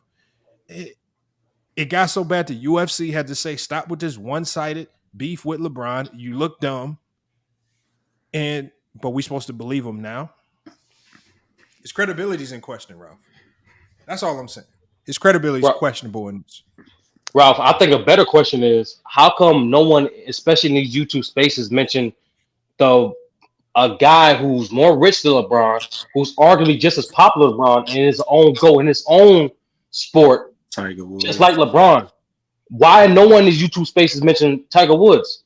Hey, Ralph. Why is that the case? Hey, are any of us in the golf spaces? You just talk basketball, football. Wow. You don't know what they're talking about. You know, Right. so When you, you so talk you about saying the mainstream media level, I agree with you. so you saying if Tiger Woods Even this story was not accused getting of steering, so the reason why you don't care about him using Tiger Woods is because you don't follow golf. Honestly, I don't care who uses steroids, but He what just do cared golf? about LeBron. How does this benefit golf? Because he's the GOAT of that sport. You literally denigrate everything he's done to get to the top by claiming that he's now on PEDs. I'm saying how the way that it works in basketball, how do it works in golf? I You don't work know. more in golf because it's just you. You're not relying on any teammates. Yeah. No, what I'm saying, So if what you is the boosting benefits yourself of up, that enhancement drug on the green? Like what that drug do to give him a boost? For one, That's he's what I'm had saying. back problems. For one. Well, So what did the drugs do to give LeBron a boost? exactly. And then you see golfers play longer than basketball players, so that's out of the question when you talk about prime. Out of the question. It is. Phil Yeah, Nickerson. How no. old is Phil Nickerson? No. What they do is when they get older, Ralph, they join the senior tour. They don't stay in the PGA with the I don't youngsters think all who of can them do drive that, that ball. but- No, the majority of them, when they get older, they can stay relevant because they'll just join the senior tour with the seniors.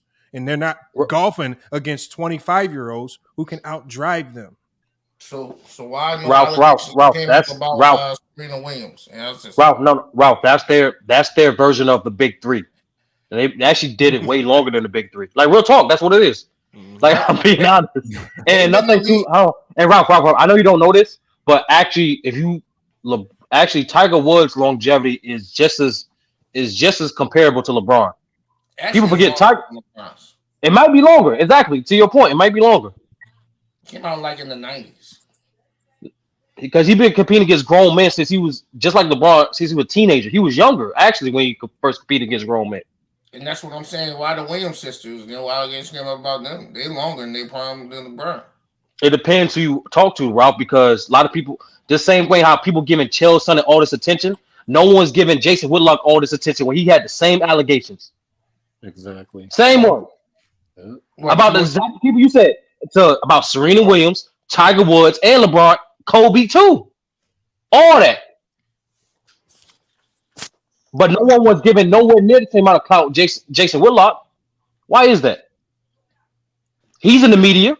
He's actually a former athlete. He's a former NFL player. Maybe they on Michael Jordan payroll. I don't know. Nah. That's nasty, bro.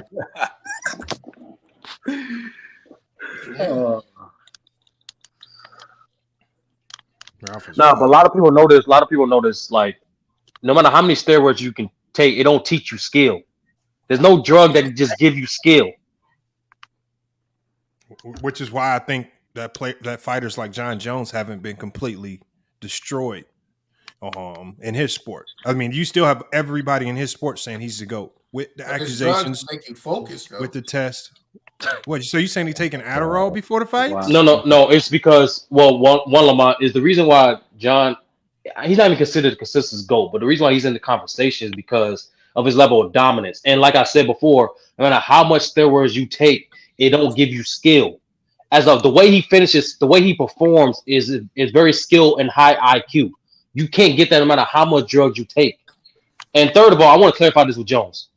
Even though Jones, you're right, Lamont, he sued USADA for the picogram incident, but he got busted for steroids prior before and got a shorter suspension because they literally said because of I forgot how they worded it, because he cooperated so well.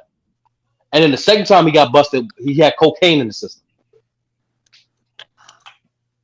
Like we're talking about, like without those two things, he would have been considered hands down the GOAT. But he's not even in the MMA community. He's not even considered the consensus GOAT. No, I'm because of those things. I'm not saying he's the consensus GOAT. I said there are many in his own sport. Many, like even Daniel Cormier, like Joe Rogan, many in his own sport that say he's the GOAT. Like they're still there, even with those incidents of the past that you talked about. They still say he's the GOAT. So it's not even about these organizations trying to hide it or sweep it under the rug, because in looking at other sports is really not going to change the narrative about who you are that much. I think that's in general, like it's the same thing with Pacquiao. Like a lot of people, Pacquiao technically never got tested positive for PEDs or steroids, but it's just common sense is like, yeah, he was definitely on steroids. So it's like a lot of people, like I think with combat sports depends who you talk to. Like some people care about it, some people don't. Me personally, in terms of PEDs in general in professional sports, I don't care if it's a non-contact sport or a medium contact sport. Sports like basketball, baseball, I don't care if you on PEDs or steroids. I encourage it. They would actually put out a better product. But again, in a sport that like you can put your hands, that your job is literally to inflict harm on another human being, like boxing, MMA. Oh nah, I'm not with that. I'm not with it. What do y'all think the true intent is for all the people, whether it's YouTubers or people in some type of media, the people that are embracing the things that Sonnen is saying? What do y'all think they angle is? If they harping on this steroid allegation so hard without doing any other investigation into it, what's the true intent here? What are people trying to do with LeBron? Because it's not like he's the best player in the league anymore. Like I don't know why he's still the most popular. He's still the most popular. It's for clout. Still generate clicks no matter it's what. Not even that. Well, it's not. It's not going to. Hey, Vibe Star, you got to hit the link and pull up, man. Like you keep thinking we're gonna come up here and kill you. I just want to hear your thoughts on this, man. Just hit the link, Vibe Star. We're not gonna destroy you, man. Just hit the link. Well, my thoughts on that was, at least when it came to the whole allegation thing, it just doesn't make a whole lot of sense to even accuse them, especially if there's no concrete evidence. That's just my whole thing. Hence the reason why nobody's talking about it, bro.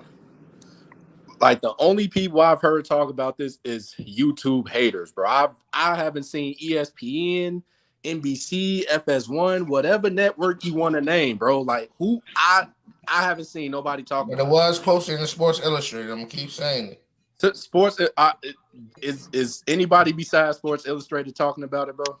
Nobody. Nope. Exactly. You would think if it had any legs, somebody like Skip would jump on it. That's what exactly, bro. Maybe that's off limits. No, it's not off limits, bro. You think nobody would want to expose LeBron? Well, hold on, Ralph. The only things that are generally off limits is if they're not tied to facts or provable facts. That's what I'm saying. They don't have the full story and all that. They just can't. You can't just run with a story because you're a news outlet. Bro, they do it all the time. No, they don't. They do their research. They do. Point. So everything in Bleacher Report is true, bro. If there was any concrete facts, somebody every news outlet is true. Come on, bro. They don't have no inside tips or anything. This boy is blatantly coming out saying it. So why are people giving the credibility? At least have like an anonymous source or something concrete in case it falls back on the network and they liability. They at least like, well, such and such. You was at this place or whatever. Got some type of fact. You can't just run with stories, bro. So why are you running with it then? Exactly. Like, what are you talking about, bro? Who said I'm running with it? You are. No, I'm not. Okay. If you was on here yesterday, you would literally heard me say, I don't believe you're on steroids, but you can't just say he's not, because we all don't know. Yes, you can. Hold on, but because there are no facts saying he is. There's no facts saying he is or until didn't. proven guilty. No, hold on, y'all. There are facts here. So here are the facts. He's been tested more than most human beings. Most human beings on the planet will never get tested for steroids one time. Hold on, Ralph. Hold on, Ralph. Most human beings will never get tested for steroids one time. LeBron James last year got tested 9 times. That's a fact. And he passed. Report? Oh, hold on, Ralph. And he passed all of the tests. Do you have the report though? No, that's what was reported. That's what was reported. So now, Ralph, what you're doing is you're saying the NBA tested him, but I don't believe I don't see the NBA as credible if they say he tested negative for all of this stuff. So if you're going to say that you don't think the NBA is credible in reporting that, now you have to explain why you don't think the NBA is credible. All we're doing here said Deontay Ayton was on steroids. All we're doing is talking about the credibility of Chael Sonnen. He has no credibility. And they didn't say Ayton was on steroids. They said he was on performance-enhancing drugs, which is probably more so with athletes are probably going to tend to take some form of HGH, human growth hormone, something that's going to help your endurance. And that's the same thing that John Collins tested positive for. And John Collins was suspended at the same time with Ayton. And Lamont, that's another thing that people want to acknowledge about this whole thing is like for every single steroid scandal, there was either confession by the athlete that was accused or blood tests proving that that athlete was taking steroids. There was no other scandal that didn't end that way. Either the person was innocent or the person confessed or he got tested his blood and it was test positive. That's it. Have anybody seen a blood test on any of these athletes? Yo, Lamont just told you. All right. Telling me and But believe it. Hey, but I still want to ask you: do you still think that Westbrook is a better offensive player than LeBron? What? What does that got to do with anything? No, I was trying to be funny. Never mind. Oh. No, Ralph. Why do you want to see a blood test that proves us right, but you don't want to see any information from Chael Sonnen that proves him right? I'm not. You keep bringing, even though that's the topic, you keep bringing him up. But like I said, it was almost go back to almost 10 years of his career. So LeBron James has never tested positive, but you want to see a drug test? You keep sweeping on the rug that list with all the athletes' name on it. Well, what names were on that list? It was a lot of wrestlers on that list. The Rock, Roman what Reigns, name? But what names were on that list? Some actors. Okay, but no, there were initials on that paper, but there were no names. What names were on it? What initials did you see that you think were tied back to LeBron? You didn't see LBJ? No, there was no LBJ on LBJ. Well, why are you lying right now, bro? There was no LBJ on there. Okay. That wasn't one of the initials on there. Sure. No, it said LJ. It didn't say LBJ. Nigga Ralph, bro. Yes, it did, bro. Why y'all literally trying to recreate history? So if they find a Balco receipt, if they find a Balco receipt tomorrow and it says the King, are you going to connect that with LeBron? Well, I don't know no other kings out there. You don't know King Mo? Who's King Mo? Hey, Ralph, you need to watch more sports, bro. Oh man. Oh, wow, man.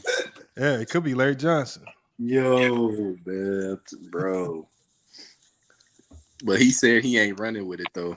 But he's steady running with it. No, I'm seeing both sides of the fence. I'm not just gonna jump the fence. Ralph, for the guys that got busted, the public still didn't see they blood records, bro.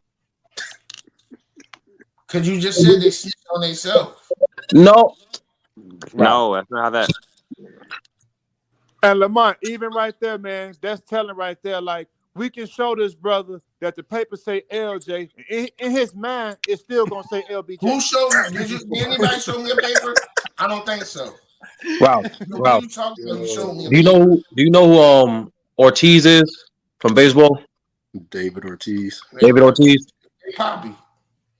Yes, he got popped for steroids. He didn't confess to nothing, but he got popped to steroids. The reason why we know he got popped for steroids because the MLB testing for steroids and he got reported he got popped. The public to this day haven't seen those blood test records, Ralph. And he got suspended on top of that.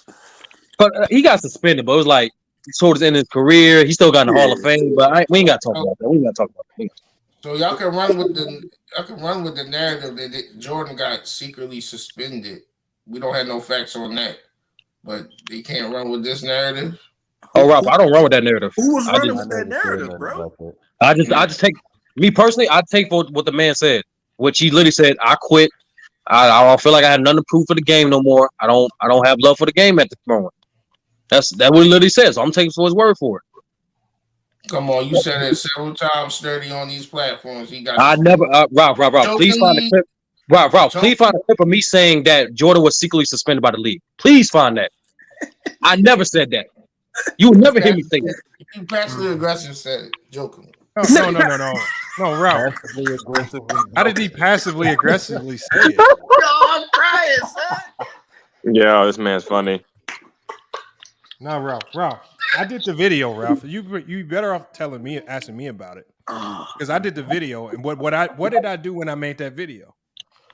What did I say? I don't remember you speaking on this. I said I did a whole video on it. I said there's a sequence of events that could potentially lend credibility to those accusations. So I said, for the people that say that, okay, well, here are some of the supporting facts that could be used to come to that conclusion. We don't know if it's true or not, but I said there is an alignment of facts out there that could support that claim. So all we're asking for is, if you are going to jump behind the bandwagon of believe in Sonnen, then where are your supporting facts? What has he done in the past? What are his statements in the past, the evidence and the things that he's done in the past that help lead you to getting behind that statement? And all I'm doing is, when I look at the supporting material behind him, some of the things that he's done and said, his own actions, he's not a very credible character in this to move forward with. So you know steroids cause cramps, right? Yeah, but I also know that Ralph. But I also know that losing electrolytes when you sweat a lot causes cramps too. Dehydration causes cramps. You know how many things causes cramp, Ralph? He was not dehydrated. Well, Ralph, what happened? Ralph. Okay, so Ralph, what happens when you play basketball? You lose what? Sodium, right? Yeah, but he was not dehydrated. So, but when he started cramping in that game, wasn't it towards the end of the game? I don't remember what quarter it was. Was he sweating? Was it the fourth quarter? And no, Ralph, it was literally reported that the AC was broken that game as well. Exactly. Was he sweating hard? And don't we see a number of players and athletes break down? And I remember when I ran track, sometimes as soon as I'm done with the race, my whole quad would just cramp up. You never seen no NBA player do that. 5 seconds. You've seen a ton of basketball players. Ralph, you didn't see no NBA. Ralph, real talk. LeBron was the only NBA player you saw get cramped up. I'm talking about that way you get carried off like you fell through a glass floor.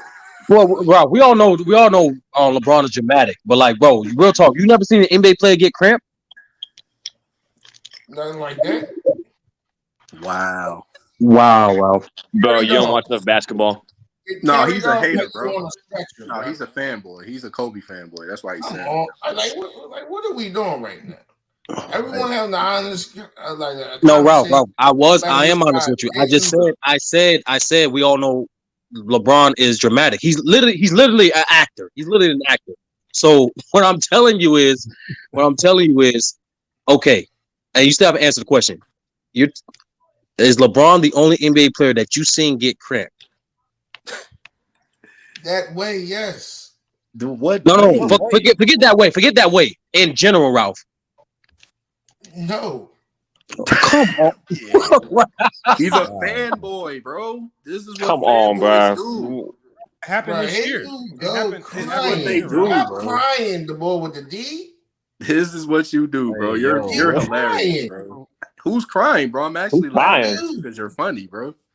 Come on, brother. You don't gotta cry. You're hilarious, bro. You've never seen an NBA player pass up on LeBron. I never seen him. I said that way, and then he said, take that way away out of the equation. I said, yes, I seen him cramp up before NBA players. Wow. But you haven't seen any NBA players cramp up, though. I said, yes. No, how many times I have to say it? But he talking about in a particular way. So that's any NBA dumb as hell, bro. Any NBA player that cramps is on steroids. this season. Cramps have been an issue for him in Yo, two I'm of the literally biggest crying games. my eyes First out. against This is Kentucky hilarious, and then bro. later against Man, my Gonzaga in that chest game on Friday. He said in the press conference, "This has never happened to me This before." this is So what they have people gone to do, the bro. Like scientists. they take Dr. something Jeff somebody Tomsky said and has they take actually it as done like the holy Bible, bro. Like, He had oh, a whole season. He had That's a whole not LeBron season. James. like That's I'm not just So, LeBron saying. James, so sir. why are you only connecting LeBron's cramps with PED usage? That's not LeBron. See, that's not LeBron James, sir. That's the point. But if LeBron cramps, but if LeBron cramps his PEDs, Compare the way he cramped up to that, whatever that was. but Ralph, have you ever cramped up in your leg?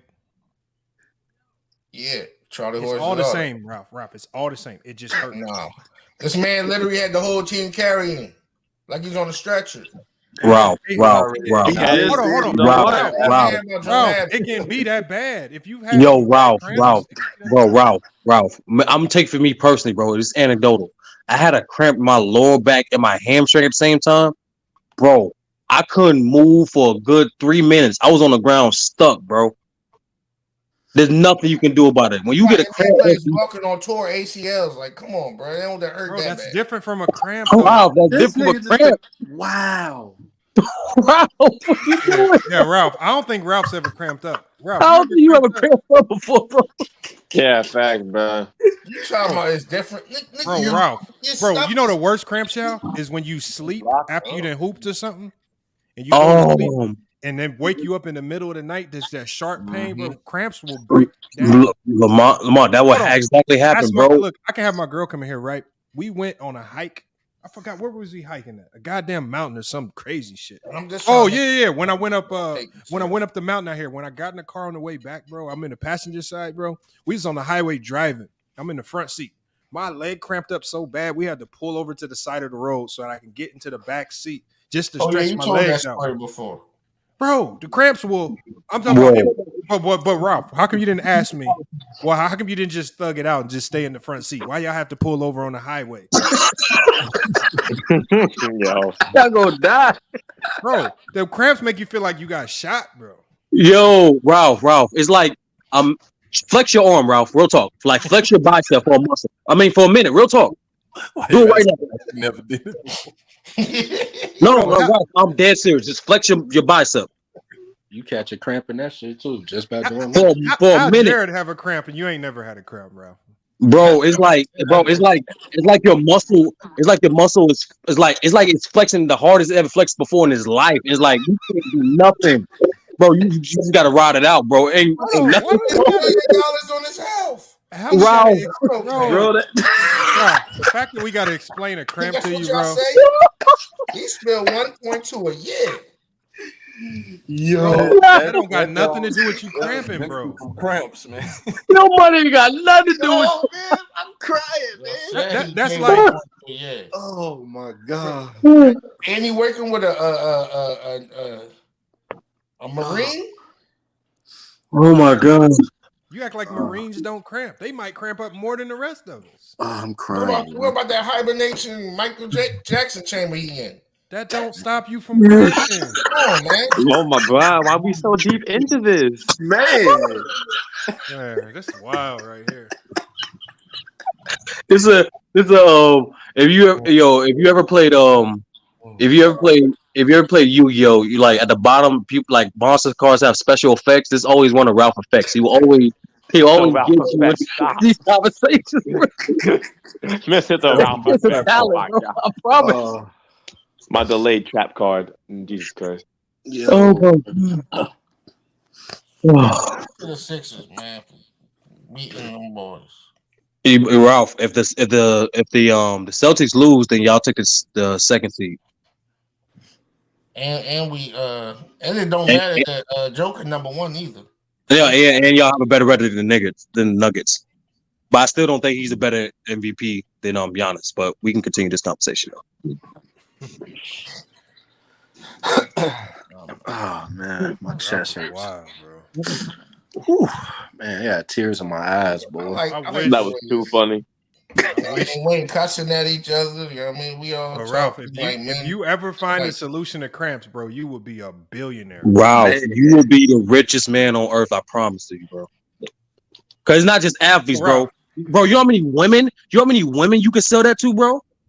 If you've never had a cramp, Ralph, you need to, whatever you've I done never throughout your said I entire never life, had a cramp. bro, you got to take that formula to. Hey, I got a question, Lamont. What's good, man? Do y'all know the history of the dude Schultz who was interviewing Sonnen? Andrew? Yep. He I know it's he got a checkered past also, and also he used to work with Charlemagne the God. So they do a lot of sensationalizing a lot of stories and stuff. So a lot of that stuff be just behind the scenes. It's all like a play. It's all a plan. Like, and if you notice, they got 1 million views on that video. Yeah, but you know what? I got to give him credit though, because the first thing what happened was when he said that, they were asking him, "Okay, can you elaborate? Can you provide any proof?" He was like, "Nah, I can't elaborate or provide proof." So they were really trying to get him to elaborate and provide proof. So I think he just kind of went off script and said that, because as soon as he said it, they were like, "Okay, what do you got to support that?" And then they were kind of getting on him a little bit, but he kind of skated up out of it by getting away from it and moving on to just kind of talking generally about a multitude of athletes as opposed to just locking in on LeBron. So he kind of got away from it. You got that clip, Lamont? Can you cue up that clip? Yeah, I can pull up the clip. Give me a second. Yeah, he said he got the same dealer. Like, are you serious, bro? Like, where's he at? The same Please show him to me. Like, Ralph, I'm not gonna lie, bro. I'm still thinking about that cramp comments you was making, bro. I'm like, you a fool, bro. Yeah. Oh man. Wow. Hold on. While Lamont gets that up, I'm gonna give people updates on these scores real quick, man. A lot of good games right now. We got Dallas and San Antonio. San Antonio up 109 to 102. With 5 minutes left in the fourth quarter. We got the Clippers versus Golden State right now, 18-17 with 3 minutes to go in the first quarter. Philly just finished beating the Cavs, like Ralph just said, 118 to 109. The Heat just beat the Grizzlies, 119 to 138. Sacramento just beat the Bulls by 3, 117 to 114. The Lakers lost to the Houston Rockets, so 114 to 110. And Boston won. They beat Minnesota by 2 points, 104 to 102. wow. We lost AD like they got games to play with. Why did AD not play? Because the Lakers low manager. It was a back-to-back, but you got back-to-back all the games you can right now. That was a bad decision. That was bad. Man, Yo, I don't care what y'all talking about. the Rockets beat the Celtics and the Lakers, bro. That's funny as hell to me. The Lakers sold. Yeah, Darvin Ham got to go. For real. Nah, don't say that, bro. I can't say that. Not yet. I mean, even without AD, they should be. That was on them. If they had AD, they win that game. That's facts. In general, I just realized why people got so much little patience with coaches, bro. Like, it's hard, bro. Like, come on, bro. Like, y'all like they didn't do major trades. Y'all expect him to get his lineups down within a few weeks? That's facts. Like, it hasn't even been a whole season for this man yet. Like, can we give him some time? He have a great lineup all season, man. Yeah. My main gripe. They've had a crap team for most of the season prior to the trade, though. Teams ain't been that good. Still young though, like you They said. had combinations they could have made work. He had some warts before the trade. With who? Thomas Bryant? Stop playing. But even with this loss, right? Even with this loss, what y'all 8-5, right? Since the trade. Wow. I'm asking y'all. Y'all like what the hell? Yeah, that's 8-5. Yeah. Yep. Yeah. Like, bro, and y'all blaming Darvin Ham with his two best players in and out the lineup. D'Lo was missing games, and y'all was 8-5 with essentially a brand new team. Get out of here with that, bro. Yeah, they're 7-3 the last 10 games, so even better, bro. But they shouldn't have lost to the Rockets, though. Yeah, that's what I'm saying, bro. Like, without AD, they got to beat the Rockets, bro. These games we need, bro. Yeah, the Rockets, they gotta beat Stop them. messing around. Go ahead and get the win. If AD playing, you might be blowing them out by the second half anyway. So I think they sold it before the game even started. Yeah, you said I need your Dallas to get that AC, bro. Hey, that's not gonna happen, bro. I'm letting you know right now. We Hey. ninth or 10th bound. Like that's what it's looking like. Oh, y'all ninth right now, yeah. Oh, actually, if y'all lose, y'all be behind the Lakers. Yeah, I think y'all be 11. Whatever the range is, it's not looking good, bro. I'm not gonna cap for my guys right now. It's not looking good. Yeah, Kyrie is another cancer. Hopefully, Luka and Kyrie. It ain't been Kyrie. It ain't Kyrie. It ain't Kyrie. I can't do that. Oh, I got that video too. I just found that video too. Here's that video right here. They had a better record without Kyrie, though. Let me play this. Luka's been injured a lot since Kyrie. Let me play this video for y'all real quick. Hold on one second. His answer was like, if the world understood what LeBron did, like other basketball players will hear what LeBron does and go, well, yeah, but that doesn't matter, right? It's like a baseball player and you're hitting a stick out of the way. It doesn't matter. It's like, no. If you knew what these performance enhancers did, then you would know why it does matter. What do you think he's there's doing? only one. We have the same drug guy, if you will. I know exactly what he's doing. But there's only one golfer. Please tell. There's only one golfer. I'm not going to. But there's only one golfer that follows the big three. The big three is EPO, growth hormone, testosterone. That's the Lance Armstrong diet. There's one golfer, but it's Tiger Woods. Like, yes, it does matter. People will say it all the time. It doesn't matter. John Daly won it. It's like, it matters. Trust me that it matters. EPO matters. It's the reason LeBron takes it. It matters. And if other basketballers understood what it did, EPO increases your red blood cells, which gives you endurance so you can play all game long. You can shoot in the fourth more quarter red blood just cells, like you more shot in the oxygen fourth in your red minute. blood cells. Okay, got you. It's the king of performance enhancers. So you would prefer that, especially in a fight sport, to anything else? EPO is king. Because it's going to give you the stamina. Yes. That's why cyclists do it. That's why cyclists Tour de France is so that fifth round energy is the more human important. body is not made to do the Tour de France. I mean, the people that set that up are inhumane. So of course you have to go. Of course it's supernatural people that they're forcing them to take. Now that you're not competing, are you still on? Yeah. So testosterone. There it is right there.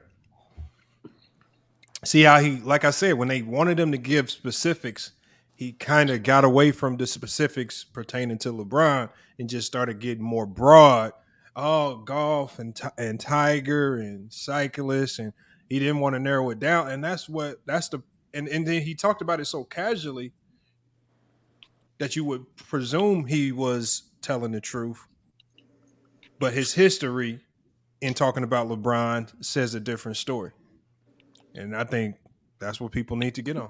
And then he was being slick too, how he emphasized the word king, because y'all know that's LeBron's nickname, King. Remember how he kept saying that's the king of EPOs, that's the king of performance. So he's trying to be slick. I caught that. It's kind of like he's trying to give the EPOs the credit for LeBron in a sense. But golf is a horrible sport to use EPO on. The fact that like retaining your stamina, bro. If you ever played golf, is I'm telling you now, bro. Athleticism has nothing to do with it. It has nothing to do with it, bro. And there's nothing with Chael, bro. Like I can't really explain this. You have to watch a certain amount of videos to see like when Chael capping, or like when it's like a stick, way like he has a certain cadence, and like even more so, like Chael will get more and more vague as he speaks when he don't know what he's talking about. Well, we see the same thing on these panels, like when we just talking with Ralph. Yeah, that's a fact. And just like Chael, Ralph will be entertaining. He'll be funny. He'll have his moment.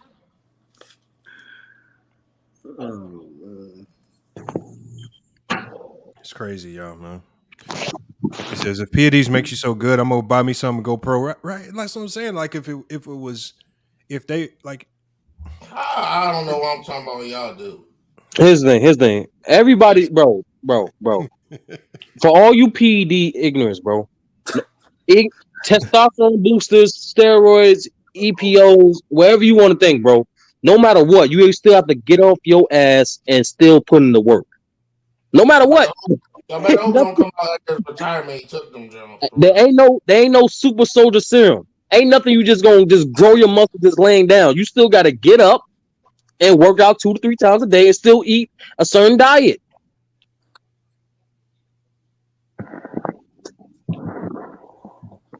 I just think for basketball players, from what I've seen, it's so many things out there on the shelf that do similar things. I mean, that you don't really need to resort to that. I think athletes have better options than to go with something that's going to just tear down your body over the long run. So if I mean, I OJ Mel, can understand. What'd you say? OJ Mel took it. You think he never took it? What? OJ Mel took steroids. You Well, think okay. LeBron? So here's the thing, y'all. When a player gets found out, for He's a taking, bum for one. Hold on one second, DJ. Like, let's not do that, bro. Hold on, y'all. One second. James, what is it? Ralph, hold on 1 second, Ralph. What I'm going to say is this: when a player gets found, like when it's found that a player's like tested positive for a banned substance, because that's usually how it's termed. It doesn't always mean that substance is HGH, a performance enhancing drug, or a steroid. Like when you look at the list, like if you're a college athlete and they give you that list of banned substances, a lot of the things on that list are just normal everyday products. Like, for example, if you have asthma, the ingredients in your inhaler is actually a banned substance, and you have to get approved, and they give you a special inhaler with a different set of ingredients. So when you use that inhaler, you don't get these banned substances in your body, because if you get drug tested, you'll be found guilty. Like, so there's a lot of things on that banned substance list where a player can get in trouble for. But if they get in trouble for it, if the NBA or the player, if they don't elaborate on it specifically, you'll walk away from it thinking, oh, they must have been doing steroids or they must have been doing HGH or something like that. It was probably just a banned substance on a list. They say he was found taking over-the-counter drug that had DHE in it. Okay, who? OJ Mel. He was Okay, banned for 2 years. Okay, all right. Well, like I said, I don't know the specifics behind it. I don't know. But the one thing is, that's what the players have to be smart about what they put in their bodies, because that list is so big. That list is so big that you can get in trouble for just common everyday products. Like the strangest product that I saw that was on there was Nowlators. There's a coloring in now. Mhm. There's like literally a color that will get players in trouble. Not that is, and it's because this food coloring in Nowlators is an ingredient used to mask steroid use. Mhm. So a lot of the banned stuff on the banned list is banned because it can be used to mask steroid use. So if players are reckless, they're not careful, they can mess around and ingest something that they're not supposed to have, and if they get that drug test at the wrong time, they're in trouble, and then their reputation is scarred. Mm-hmm. Mm-hmm. And speaking of that, like I don't know if y'all did this, but shout out to Bees. Like if y'all look up the food the American foods that's banned in other countries, other first world countries, majority of it is high sugar, high sodium, and high food coloring foods. Well, that's just a fun fact.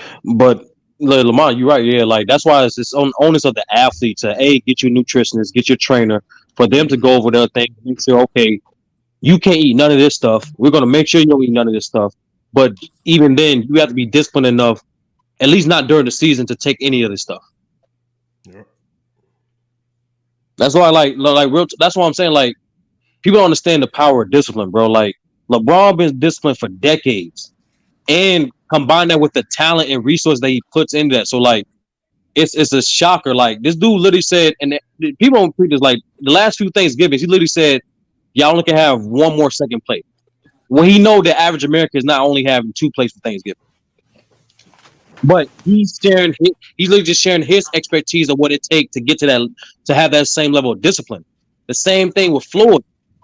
To this day, Floyd is up every if not every morning, every other morning, jogging 3 a.m. That's discipline. Ain't what J.R. Smith said about that nigga eating habits.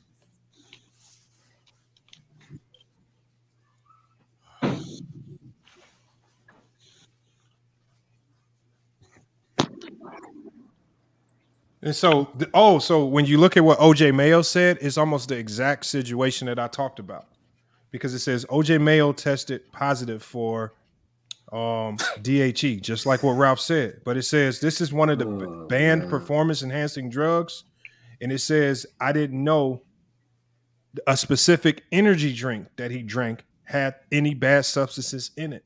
So he actually ended up drinking an energy drink that had it in it, and that's what caused him to test positive. And that's what I mean. It's so many things on that list that are banned that players can accidentally ingest it and then will walk away from it. Years though. You said what? So that cost him 2 years. No, he got a 10 for the DHA. He got a 10-game suspension. He didn't get 2 year suspension. So what made him get suspended for 2 years? So probably what caused him to get suspended for 2 years is he probably followed it up by getting in trouble again for some type of substance. People in the chat were saying it was for weed. And when you already have one strike on your record and you get hit with another, that's what makes that follow-up punishment much more harsher. So I'm assuming that's what happened. But That's for the not DHE, what CBS Sports says. but for the DHE, he only got a 10-game suspension. I'm looking at it right here. When he played with the Grizzlies, he didn't get suspended for 2 years for the DHE.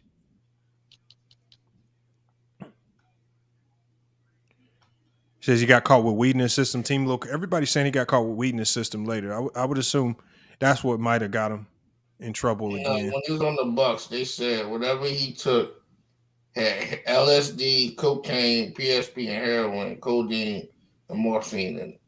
What? Ralph, you got to drop that link. Ralph, but that was something else though. He's not supposed to be here right now. Ralph, did you hear what you just read? He took all of that. OJ supposed to be out of here right now if he took all that, yo. Yeah, that's fact. That's crazy. I don't know, man. Hey, look, y'all, man. Look, I got some NCAA games to watch, man. I'm about to watch some of these games. The Lakers done lost. I got to see what happened with them. And I think with the Lakers, it's disappointing because they shouldn't need Anthony Davis to beat the Houston Rockets. The fact that they couldn't get it done without him, that's very surprising to me. But, it is what it is. They're dealing with the injuries. I think what they got about 15 games remaining to get their act right. I don't know how they're still allowing Anthony Davis to load manage right now. You be playing every game. Yeah. Hey, Darvin Ham, as soon as the game yesterday was over, he announced that he ain't playing. But you know what? And it could be something that's out of Anthony Davis's hands. So I don't even want to put it on Anthony Davis. If the coach automatically came out and said he's not playing, that tells me right there it's not a player decision. That's what I'm saying. That's from the higher ups. The strategy of the game. You don't announce that as soon as the game over, because the other team prepared for that now. Yeah, I think everybody knows at this point in time, back to backs, you ain't gonna see AD. I mean, it's not. I think people were even predicting it before the game ended. So I don't think it was any mysterious news that just came out. It's just Canelo ate horse meat. Yeah, Canelo Alvarez said he ate horse meat tainted with steroids. But they said that's possible. Especially in other countries. They said that's a very realistic thing right there. Oh, it's got to be Cap. He says he overdosed. If that's true, John Wick. But yeah, look, we're going to go ahead and get this one shut down, man. Just wanted to touch on them things, man. Appreciate y'all pulling up. We're going to get up out of here. Probably going to be going live tomorrow. Hopefully we can get y'all in here. We got some NCAA tournament games tomorrow that we got to follow. And make sure y'all knock y'all brackets out. Get y'all brackets turned in, man. I want to see who can pull up that perfect bracket. Salute to Ralph. Salute to Sturdy. Eastside. Chris for pulling up. And then I said what I said, TV, man. Definitely appreciate y'all pulling up today. Definitely a great show. And we got a lot of information put out there. A lot of information that I think that nobody else is talking about. I think that's the biggest thing right there.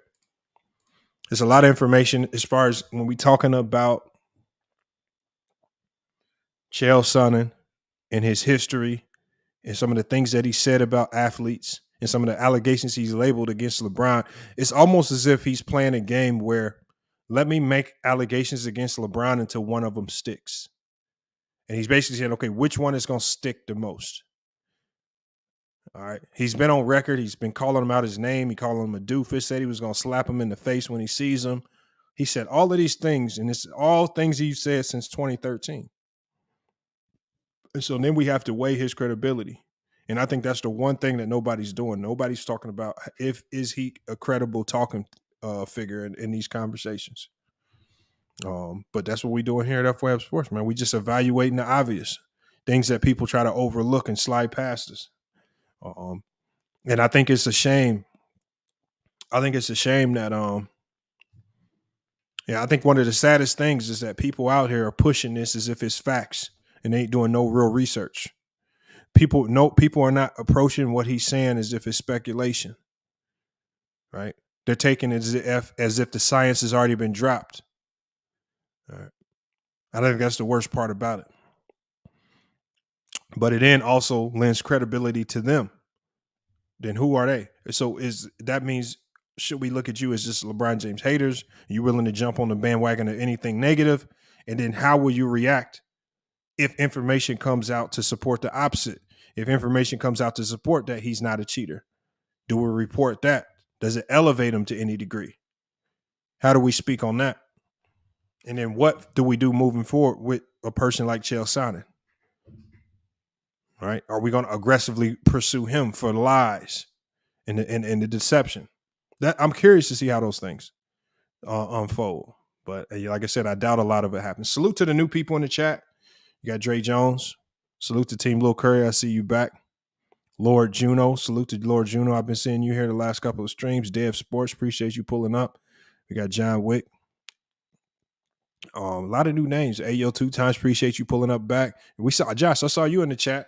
I mean, I don't know. Maybe you're at work or something. The only thing you can do is hit Control V and just spam the same thing over and over. But again, just hit the link. I be seeing you in the comments all the time. In the comments, people be telling you, come to the live panel. Come to the live panel. And you just stay in the comments. And then even when you get in the comments, you just stay illogical. You just use Control V and you don't use real talking points. All right. It's a lot of people who stay in the comments, man. Like, you don't have to run from this conversation. It says Dallas losing, Minnesota lost. Yeah, Dallas is surprising me, man. Dallas is surprising me, man. They're wilting at the wrong time. The Lakers are a team, they can't afford to go back and forth. George Henderson, he has to sue for us to find out. So, but George Henderson, just like I said before, why does he have to sue? Why does he have to spend millions of dollars suing a guy for you to believe him? Right? So LeBron has to spend millions of dollars and sue somebody for you to believe him. But Chael Sonnen doesn't have to spend any money, and he can sit on a platform and say whatever, but you'll believe him. And when he was asked to provide evidence to support the things that he said, which would have been free, he said, I don't want to do that. So even in that statement right there, you say you want the truth, but you're asking LeBron to do what you don't even expect of Chael Sonnen. And that's what's confusing me right there. On top of the fact, you're asking LeBron to sue a guy that has a proven track record of lying about LeBron. His track record on LeBron and lying about LeBron is so bad that the UFC told him to stop with this one-sided beef with LeBron. That was back in 2013. So he's had a one-sided beef with LeBron James since 2013, stemming back to a lie that he made up, saying that LeBron James walked up to his fiance. It said, are those Tic Tacs in your blouse, or are you just happy to see me? And he only started this after TMZ reported that his wife was hitting on LeBron James at that same party. So this is where it stems from. This is where all of this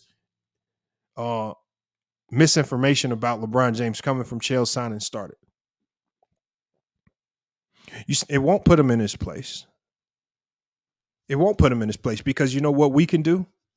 What we can do as a community is we can put him in his place. We can kill us. So his credibility only goes so far as much as we believe it. And if you're basically saying, I don't care who he is as a person, I don't care what he's done in the past, I don't care what evidence he hasn't provided, I still need LeBron James to spend millions of dollars to sue him for me to believe him. That's just backwards logic. LeBron didn't make the accusations. It's just like Twin Man 35 said. He said exactly. The accused has to prove innocence, but the accuser doesn't have that, and that makes no sense. It's the same works in a court of law. It's on you to prove your case. If you say I committed a crime, I don't even have to testify against myself. I can just sit there in silence.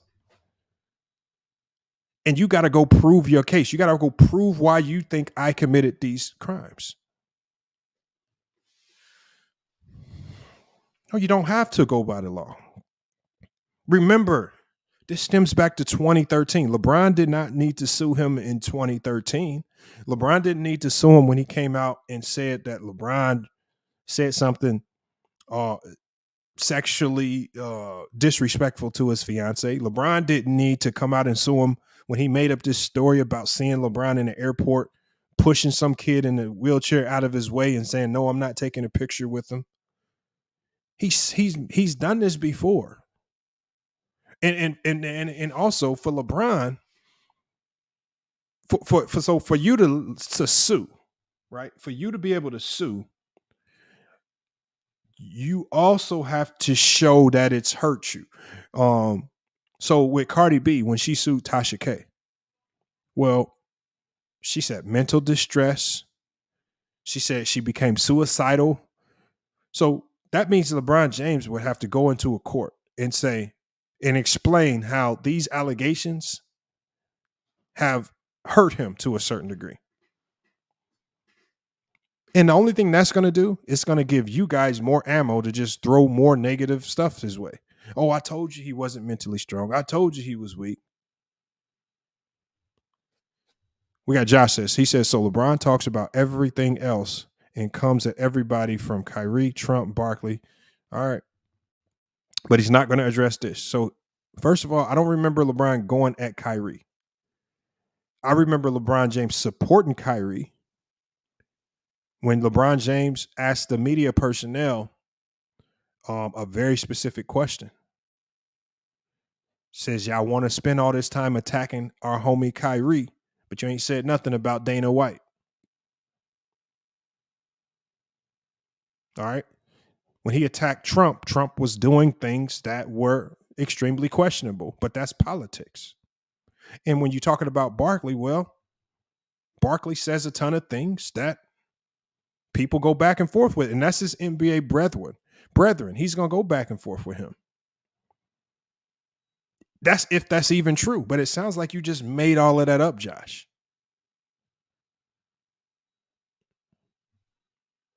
Just like I said, y'all got to stop making stuff up. But again, maybe you can more clearly explain your talking point if you actually hit the link. Y'all got to stop faking like y'all at work, like y'all in conference calls, and just hit the link. Maybe you'll have some type of common sense take that's going to make sense. But see, what y'all try to do is when I'm asking y'all specifically about this particular incident, I'm asking you specifically about the things that Chael Sonnen has said, Chael Sonnen's specific history with LeBron, and your only response is to talk about Kyrie, Trump, and Barkley. You talk about, so you say just because LeBron responded to them, he's supposed to respond to Chael Sonnen. We're talking about a guy in Chael Sonnen who's been saying things about LeBron for 10 years and LeBron James hasn't responded, but he's supposed to respond now because you guys say so. You know, it's kind of weird. What's up, my boy?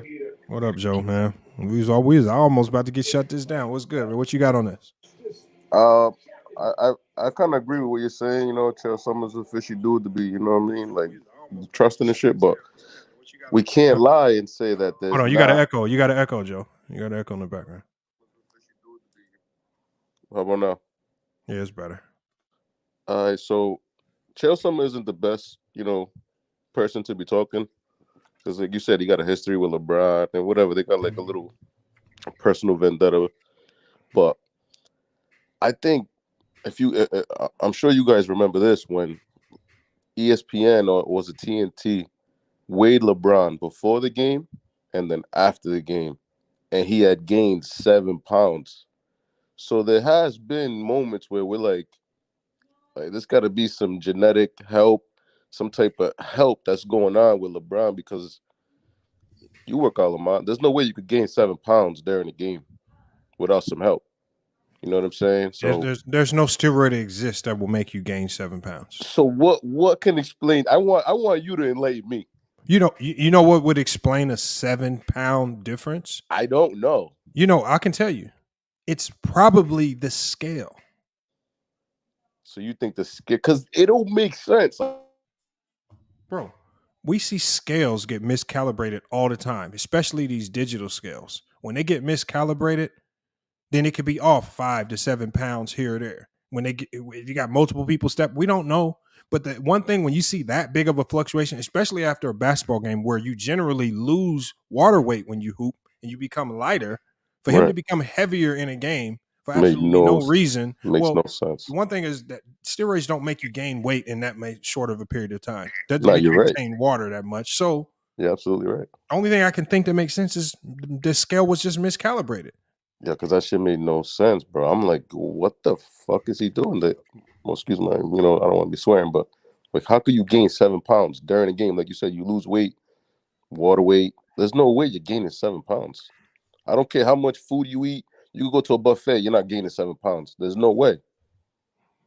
Salute to Dex, man. So again, even to me, I think that was a non-story. I mean, that I don't connect that with this. And what about the paleo diet? The losing 25 pounds and gaining 25 pounds. Bro, have you done a paleo diet? I did a paleo diet one summer. It makes you lose weight at an astronomical pace. What is a paleo diet? So paleo diet is basically the type of foods that you eat. So basically, I didn't even fully understand it. I just knew it was really healthy for you, and it entails eating a ton of vegetables and a ton of foods that is just really good for you. But for me and my body type, it actually worked. It helped me lose a ton of weight when I was trying to get in shape over one summer. And then keto might work for other people. So we know that LeBron James has toyed around with multiple diets. One time he came in super light, but it was probably too light for him to be playing that. Yeah, right? 2015. So again, we've seen him toy around with various diets, different body types, and he's had to find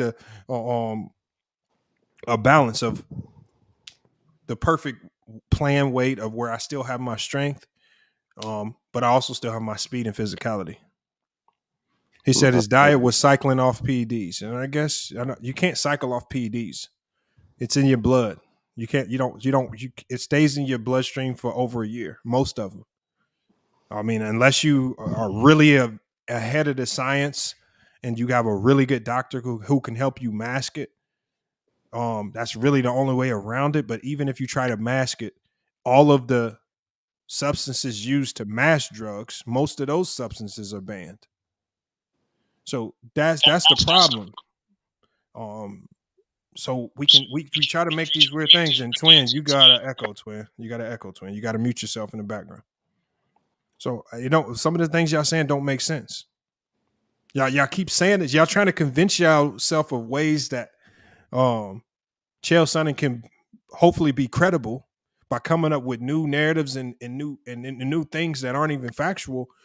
I don't care if he's telling the truth or not. I'm just saying right now, he's the least credible person to be speaking on this. When he speaks on it, it's not believable because he spent the last 10 years lying on LeBron. I mean, and he's a known PED user as well. So he said Twin, he gained 7 pounds in 2 weeks. He built like a truck. 2 weeks was able to play above the rim again. Okay, so Josh, I'm sure you've probably gained 7 pounds in 2 weeks at one point in time in your life. Yeah, you could do that. It's not terribly difficult to do that. And for an athlete to do it, we see wrestlers and boxers do this all the time. Either gain a whole bunch of weight before a fight or shed a whole bunch of weight before a fight. It doesn't take PEDs to do it. Nah, It don't. yeah. If you fast, Yeah. you could May I, lose a may I pound a comment day. on? Hold on, May, Twin. may You I got your comment? mic right? What's good? Well, go ahead. Go ahead, Twin. So this is my thing. I'm not going to even come up here and talk guilt or innocence because I don't know. Mm-hmm. I just find it strange in this specific situation. This is what I keep saying is that the accuser has come out, made an allegation, Yep. and somehow, some way, the accused has to prove his innocence or Yep. her innocence. I'm going to keep it real. I'm speaking on this, and I don't care who it is. Mm-hmm. I would have the same standard. If you are accused of some shit, it is not on you to prove your innocence. It's for the accused to prove what they're saying about you. So for anybody sitting here saying he's guilty because he's gained weight, lost weight, he's a professional athlete. That's so. Again, I'm not up here talking guilt or innocence. I just don't understand why the standards have to change all of a sudden because he's involved. Mm-hmm. That's the only thing I find weird.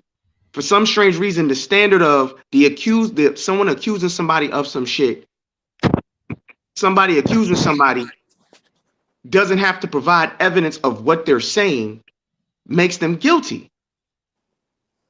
Like it just bothers me because for some strange reason in this situation, it's the standard has changed. I also find it strange he broke the record and then this came out or this was said. Everybody who sit here and disagrees with the vast majority of people who are sitting here saying LeBron James is guilty for some strange reason, we're called names. I'm just asking for the evidence. I'm not going to say the man's guilty or innocent. I want him to provide the evidence so I can make an informed decision. You feel me? Yep. That's it. I just want to be able to make an informed decision.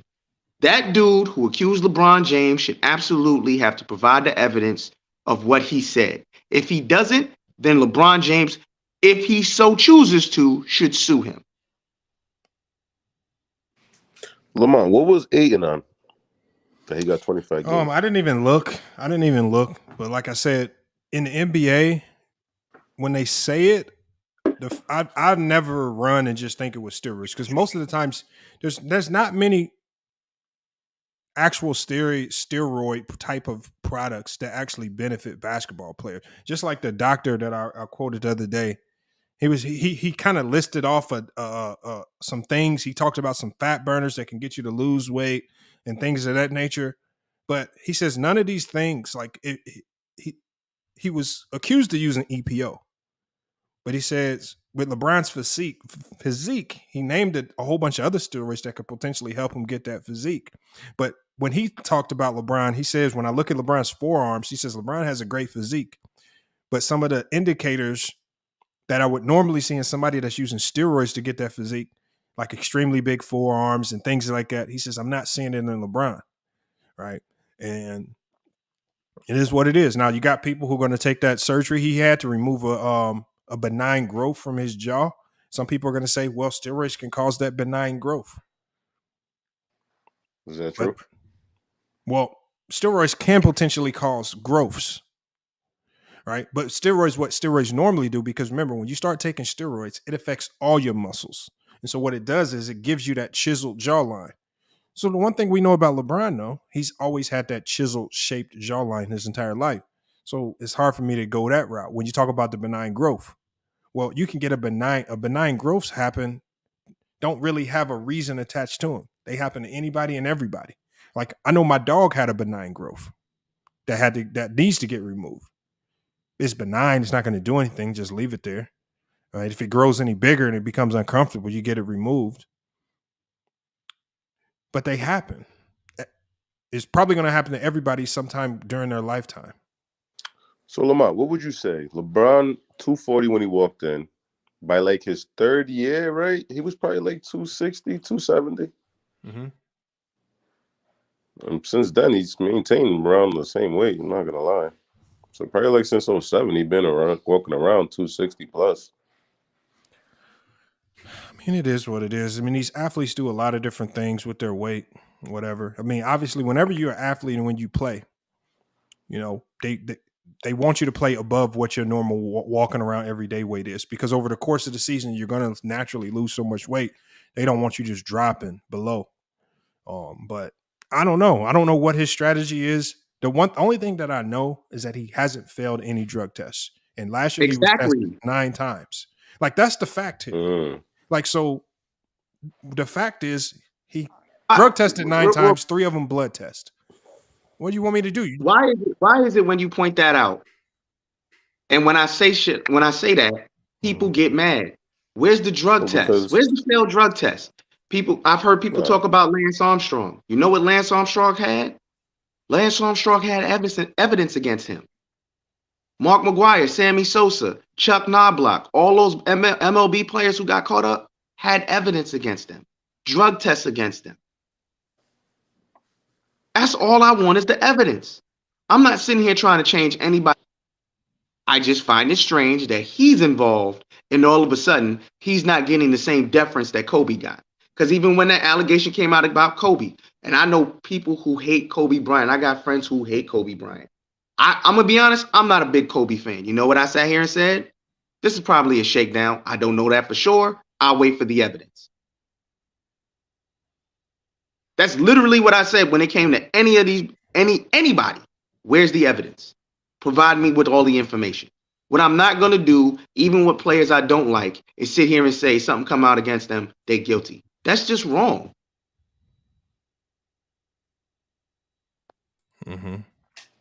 George Henderson says, "Stop, Dr. Lamont. I'm not being a doctor, bro. I don't know what y'all mean I'm being a doctor. What do y'all want? I don't have to be a doctor to see that he's never tested positive for a performance-enhancing drug. Like, what do y'all want me to do? Y'all be getting mad. Like, y'all get mad when, like, he don't need to present any evidence. His evidences already exist. He's never tested positive for anything. That's the evidence. That's some really strong evidence." Lamont, DeAndre Ayton, he was HGH. And he got that 25 games. I'll look it up. Let me see what DeAndre Ayton took. Because I know he got 25 games for PEDs. I ain't gonna lie, I think he needed it though. My boy was walking around like a twig.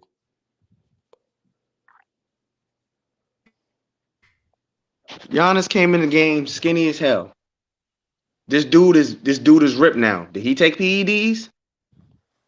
Again, we don't know none of this. But you know what we can't sit here and say? Giannis has never failed a drug test. So I'm gonna sit here and say, he's not guilty. Yeah, Giannis be benching. He be in the Okay, lab. so it says, so Ayton was suspended. So, and this all goes back to what I talked about earlier. How this list of banned substances contains things that players like, just common everyday products. So Ayton was suspended for using a banned substance that's normally found in diuretics, over-the-counter diuretics. And so when they say banned substance, it wasn't HGH, it wasn't a steroid, it was an over-the-counter diuretic. Let me see if it says diuretics increase the rate of, it says, and so more than likely, I believe he was taking this diuretic because he wanted to get weed out of his system, because diuretics increase the rate at which urine flows, and that's what you probably want to do a lot if you've been smoking a ton of weed all summer and you're trying to clean your system up. And so that's one of the reasons why you would take diuretics. And it says diuretics have been abused by athletes for multiple reasons. And it said it can be found on the world's anti-doping agency's WADA list of products of prohibited substances. And it says, is it possible that Ayton took the diuretic on accident? It says, of course. Ayton said it was unintentional mistake in his statement. And he gave a statement talking about it was unintentional. I don't see how. I mean, I guess I can kind of see how it might have happened, but I doubt it. And it says it's easy to see how Ayton could have been taking illegal supplements given to him by a nutritionist or a trainer who doesn't or didn't realize that these substances were on a banned list. And says at the same time, small doses shouldn't trigger a positive test. And so, again, for Ayton, I believe that he was taking the diuretics, and this is something that was commonly going around like the college circuit, is that taking diuretics will flush the weed out your system. I don't know how true it is, but that's like the common thing kind of going around. If you've been smoking a lot, that's what you want to do to make sure you pass the Diuretics test. also used for high blood pressure. So if you If you have blood pressure issues, you can use diuretics to control your blood pressure. Yeah, I know my dad was on a form of diuretics because he had heart issues. So it wasn't even for strength or nothing. Again, there's so many ways. There's so many ways to look at this situation. Again, I'm not even talking. Let's get away from this situation right here. How does anybody even know? Say everybody in the league. Something comes out tomorrow, and they say all these players in the league are doing it. LeBron James' name is on it. How do y'all know it's even illegal by the league? Doing what? EPO? Anything. Let's just sit here and say they come out and they say, hey, all this is a list of players, what they took, but it's not illegal by the league. They just said diuretics is illegal. You don't No, think no, EPO is going to be illegal? This is a pure hypothetical. Pure hypothetical. They come out with a list of players saying these players use these drugs for recovery or while they were injured to get back on the court faster, but the NBA does not recognize these as illegal substances. Well, then everybody got to shut the fuck up. They're not, though. You know they wouldn't. Come on. Nah, bro. If they're not banned, then they're not going to be. It's not going to be. They wouldn't, though. Come on. They can't say nothing, though. Unless the league says, yeah, you're going against the rules, then nobody could discredit them. It is what it is. You gotta swallow that. What are you gonna do? So here's a list of other athletes that have been suspended for positive diuretics tests. It says Robinson Cano of baseball. He was suspended 80 games. It says he was using the diuretic. We got some NFL players, Deuce McAllister, Pat Williams, Kevin Williams, and Charles Grant. They were suspended in 2008 for using diuretics. This says Olympic gold medalist Veronica Brown was caught using diuretics in 2013. And so it, like I said, from what the athletes I've been around, from what I've been told they use diuretics for, it's been commonly used from what I've heard to get weed out your system because it makes you pee a ton and you flush out a ton of water from your body. But according to USADA, they're basically saying it can also be used to mask other drugs as well. So, it can get tricky. But Wilson Chandler, Jody Meeks, Joakim Noah, Hedo Turkoglu, and Rashad Lewis, all NBA players, not diuretics, but they all have been suspended for using substances on the banned list in the NBA. Meaning they got caught, right? Meaning that they got caught. And exactly. So this man hasn't even been caught with anything, and he's guilty. I just don't like that. That rubs me the wrong way. And we got people really running around here saying that. That's just wrong, bro. I would hope if anybody on this panel or in this chat was accused of something, everybody would want all the information to come out before there's somebody sit here and say you're guilty. Hold on, we got Judah in the chat. This is what he says. He says, I like how all the Bron fanboys scrambling like eggs on Sunday morning. Now there's so many different variables. What do you mean? What do you mean? There's the only variable for me is the evidence. Where's the evidence? That's all I'm asking for. Where's the evidence? It's not, but see, Judah says because we're not stupid, but Judah, it's actually the opposite. You have to be stupid to believe it. And I say that in the nicest way because Sonnen has had a track record of lying on LeBron James since 2013. He accused a man of saying something to his wife. He accused a man of pushing a little kid in a wheelchair out the way because he didn't want to take a picture with him. He threatened to slap him on national TV. The UFC had to step in and said, you need to quit with this one-sided beef with LeBron James. And then now we have this right here where he's once again decided to say something about LeBron James. And when confronted on the podcast saying to elaborate or provide facts, he says, no, I don't want to. So he's the only one in this situation that you're asking. You're not asking the guy like just like what Twin said. He's the accuser. He made an accusation. He's provided absolutely no facts to support anything that he said. But you guys want LeBron James to come out, show drug tests, literally show all the proof in the world, which even if he did, you wouldn't believe him. The only thing LeBron needs to come out and say is, I've never tested positive.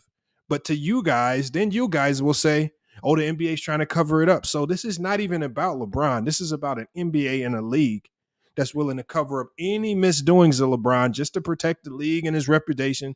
Y'all have a wildly crazy perspective on this. He says, Lamont, we live in a world of information. We don't need to show him fact. What do you mean? What information do you have? What information do you have? The only information I need is that the NBA gave him 9 drug tests last year, 6 piss tests, 3 blood. He tested positive every time. How is that not enough evidence? That's like if you're sitting in court, right? And they say, hey, Joe Biden, you broke into this house. And Joe Biden is sitting back saying, okay, the fingerprint expert said my fingerprints were not on nothing. I mean, LeBron James has the best evidence there is. He has the smoking gun. He has the 9 positive drug tests. You mean negative? Or yeah, negative. So it's like, why y'all getting mad at LeBron for testing negative? He says, you're assuming that these guys aren't like, well, I don't know what Judah's not a troll. Judah just don't like LeBron. Listen, again, I love how people are sitting here saying, again, not agreeing with them on their point of view makes you a fanboy. I sat here and said, I can't say he's innocent. Mm-hmm. I literally came up here and said that. This is not a defense. I just want the evidence. The dude came out with an accusation. Where's the evidence? I literally said that as soon as I came up here. This is not about guilt or innocence for me. I'm not making a determination until I see some more information. Somehow that makes you a LeBron fanboy or a Bron sexual because I'm sitting here saying, bring more evidence. Can I get more information? That's the weirdest part about it. It's just like you have to be negative when speaking on this to cater to them, to cater to how they feel. I can't have the approach of being cautious about how I can't have the approach of vetting who Chael Sonnen is and if he's even credible. Has he lied about this in the past? Has he lied on LeBron James about anything in the past? Me bringing that up is not right. I don't have to check the credit. I just have to side with whatever he says that's negative. And now it's on LeBron to go sue and do all of this crazy stuff just to prove his innocence. Why do we have to do all that? My whole thing is this. I just know if this is me and I got the goods on somebody like LeBron James and I can bring him down, bro, and I got all this proof, and I done sat here and said me and him got the same drug dealer, I'm shopping my story to the mass media. Period. When I tell you I'm going to make so much money off of this story, if I have the evidence, I would have been on TV. Mm-hmm. For me, that's suspect. Because if you have the evidence and this person's not responding to you, I would make them respond to me by putting out more information. That's how I would do it. But somehow, some way, having that point of view means you're a LeBron James fanboy. Oh. He says he gave you information. He gave you said drug and he says he gave you said drug and you do your own research and follow the trails. Okay, so what he did was he mentioned the drug. Okay, he said he's taking this drug. Here's the problem, Judah, if you actually do your homework. I actually pulled up the other day, and I'll pull it up again, a doctor who talked about all of the potential steroids. He said, let's suppose LeBron is on the steroids. He listed off everything that you could probably accuse him of. He says EPO is not one of them. He doesn't have the signs and symptoms of using that particular drug. So when you look at LeBron James's physique, he talked about, okay, he has a great physique, but when you look at his forearms, and he says when you look at his shoulders and things like that, he says these don't give an indicator. He says even his jawline doesn't even give a true indication of it. So I don't know what y'all talking about. Like he listed, he said of all the steroids you can accuse LeBron of using, he said one is like Anabol or something crazy. But he was like, none of them make sense. He says it's probably safe to assume he's not doing anything and he's just probably using typical over-the-counter stuff because none of them make sense. But again, when you follow the trails, obviously if you're researching this and you don't want to see anything that supports LeBron, you're going to look past that. You're going to look past what someone who's actually in that field of study says, and you're just going to go to all the negative things or the negative allegations. This was a doctor in that field. I'll pull it up for you again. Let me try to find it. Y'all can get mad at me. You told me to follow the crumbs. I did research. He says, we don't even know how his jawline, what? We don't even know. Bro, do you hear some of the joke? Bro, do you hear some of this stuff? Forget the fact, like you said, that he's never failed a drug test. Forget all of that. Look at his jawline. Yep. Like, this is the dumb. I'm sorry, that's the craziest thing I've ever heard in my life. Yep. There's no, again, you have an allegation, and now we have to follow a trail of breadcrumbs when someone has claiming he has evidence, has put it out there and won't release the evidence. Look, I can actually apply what they're doing to myself, right? I remember about 2 years ago, I had a pain on my right rib cage, right? A pain. So you know what I do? I go to Google. What does a pain in your right rib cage mean? I'm saying all types of stuff. They talking about kidney and all, they talking about major organs. I'm like, man, I need to go to the hospital. Right? Because that one symptom, like they keep talking about this jawline and these one symptoms. That one symptom tricked me into going into the hospital. You know what happened when I went to the hospital? They did an ultrasound on my whole side. Cost me thousands of dollars. They said, ain't nothing wrong with you. They said, you got to pull muscle. Doing too many goddamn sit-ups. I done sit here and wasted all this time and money just for y'all to tell me that I got a pulled muscle in my side that I keep re-aggravating because I keep going to do more sit-ups. It's like, yeah, that's what it is. They said, ain't nothing wrong with nothing in there. Your organs are fine. Everything good. So what they doing is, Twin, is they're taking one thing that they think that LeBron James might have had, that one symptom, and then they're equating it with steroids when it could be something more simplistic. They're not doctors. Just like y'all said, I'm not a doctor. Y'all not doctors, bro. Like I said, you had Josh down there saying these are all symptoms of HGH. Okay, so you'll show me a failed drug test for HGH now. I know. See, and that's what kills it right there. Yeah, like these are all things that could potentially be symptoms of HGH. Just like Jordan's baldness, just like Jordan's physique, right? Right. Just like Jordan's endurance, right? Just like Kobe's baldness, just like Kobe's physique, just like Kobe's endurance. So again, if we're going to go to these things, and remember, Kobe's the one that got accused of steroids. Remember, he went to Germany and was getting all these exuberant types of surgeries and procedures done where he can heal and come back better than ever. But y'all don't run with those. Y'all don't run with those narratives, those stories. That's just and I wouldn't either. And you know why I wouldn't run with it? Because Kobe never failed a drug test. He never failed a drug test. That's the key. Like anything that you say about Kobe, you can say baldness, right? You can say crazy, weird surgeries. You can say the physique, them playing long careers, still being in great shape, still playing at a high level late into their career. At the end of the day, the one thing that kills that particular reason, he ain't never failed a test. He didn't fail one. Because people have been sitting here trying to say that about Kobe and Jordan. I said the same thing I've said about LeBron.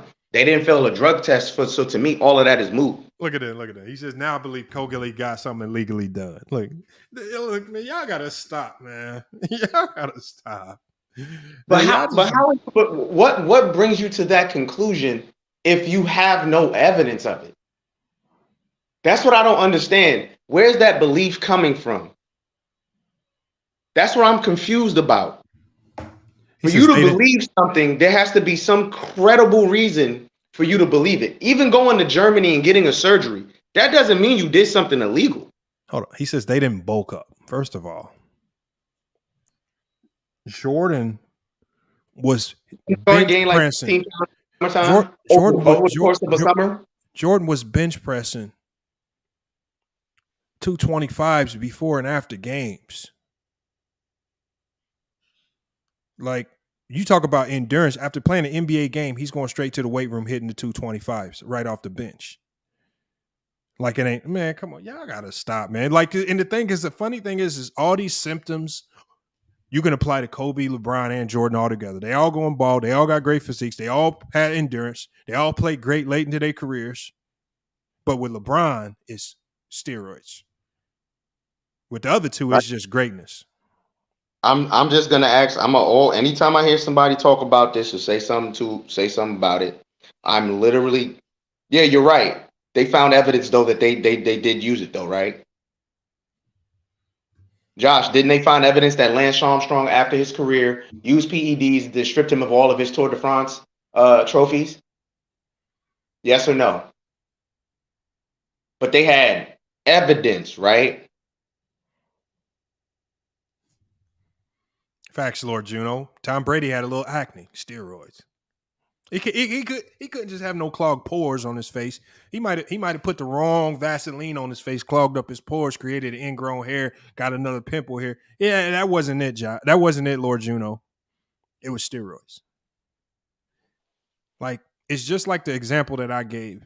When you have a symptom and you overreact, get it checked out and find out it was damn near next to nothing. But when you get to Google trying to play Google doctor, you're going to be thinking there's everything in the world. All y'all doing is y'all taking common everyday things and then you labeling it to LeBron as if it's just steroids, when a lot of you guys are in the chat are balding. You got growths and bumps at all types of places that you don't want to talk about.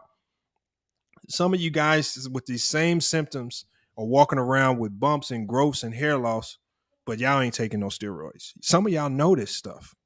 But the last comment you just had up there about Barry Bonds and Lance Armstrong. Yeah, they are correct. Lance Armstrong and Barry Bonds did not pop hot on a test. They had other evidence though, right? Well, with in Barry Bonds' case, what they had was somebody who said they was an eyewitness, right? Like, but that's still considered evidence, right? Well, that's evidence. Well, what I'm saying is when they asked this guy for evidence, he failed to proceed to provide evidence for his claim, and then he just moved on to Tiger Woods. See, but see, this what Josh said right here is literally the argument they're making. They're trying to make it seem like allegations can bring down your career. No, it can't. Only way an allegation can bring down your career is if you have a chorus of people pushing said allegation. There's not going to be enough people to bring down LeBron James with an allegation.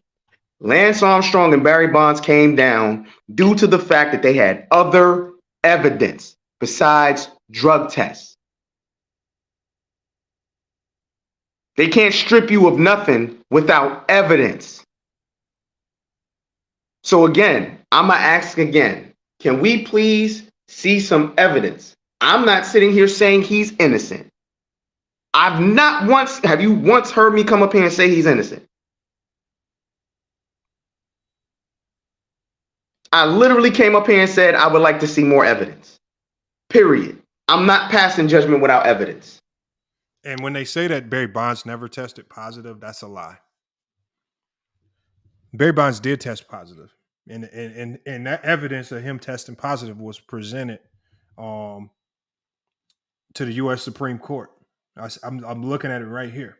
It says, according to the indictment, it says Barry Bonds tested positive for anabolic steroids. They were detected in Bonds' system during a November 2000 test. So when y'all say Bonds didn't test positive, he did test positive. What it ended up happening in some of those cases, especially the cases in legality, evidence ended up getting thrown out because it was mishandled. So they couldn't use that evidence in those particular cases because evidence got mishandled. But he did test positive, and I'm reading it right here. And actually, it says right here, it says Barry Bonds tested positive on 3 separate occasions. It says, or he says, Barry Bonds, it says court documents show Barry Bonds, this is according to Fox, tested positive for 3 types of steroids. Court documents show he tested positive for these steroids, and his personal trainer once told his business manager in the Giants clubhouse of how he injected the slugger with performance-enhancing drugs. It says prosecutors plan to use those 2000 to 2003 test results and other evidence detailed in documents released Wednesday at Barry Bonds' trial. So when y'all say he didn't test positive, that's a lie. He did test positive. And so in combination with the positive test, in combination with the person that said they injected Barry Bonds, it was the culmination of evidence that led most people to the conclusion that he was on some type of a performance-enhancing drug. It wasn't just one person saying a blanket statement that gave no proof, no descriptions, no evidence to support what they said. And this person didn't have a track record of lying on Barry Bonds for 10 years. I'm going to be honest. The track record of him lying means nothing to me. If you're accused of somebody, bring forth the evidence. We got Josh says jawline surgery, eye surgery, weight loss gain, biogenesis link, cramps, 2-week sabbatical in Miami. All right. So he went to Miami. So here's some of the things. I've had weight gain. I've had cramps. I've had 2-week trips in Florida. So because I meet 3 of the criteria on your list, Josh, does that mean I've been using performance-enhancing drugs? Oh, I also have recent surgery. So since LeBron James was linked to this biogenesis, he wasn't linked. He was not linked. Say okay, if he's linked, so somebody should go down there. Some news organization should go down there and grab up this paperwork and present it to the world. That's all I'm asking. I don't go off of word of mouth. I go off of actual evidence.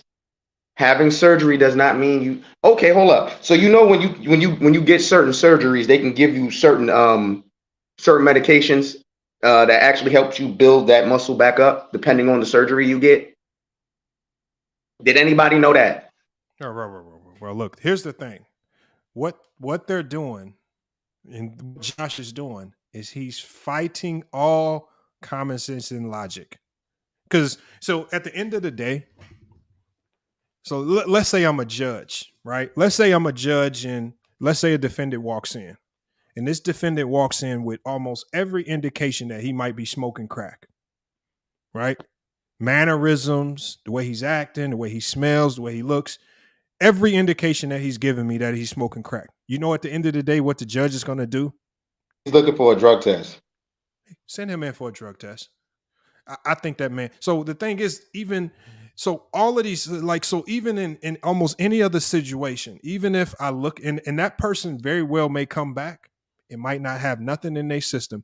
All of those symptoms, all of the things in my mind could be something completely different. But the one thing that usurps everything in y'all head, what y'all think is going on, is the testing. The testing is what kills it all. Y'all keep going around the actual testing. Exactly. Like that's the end all be all to this conversation.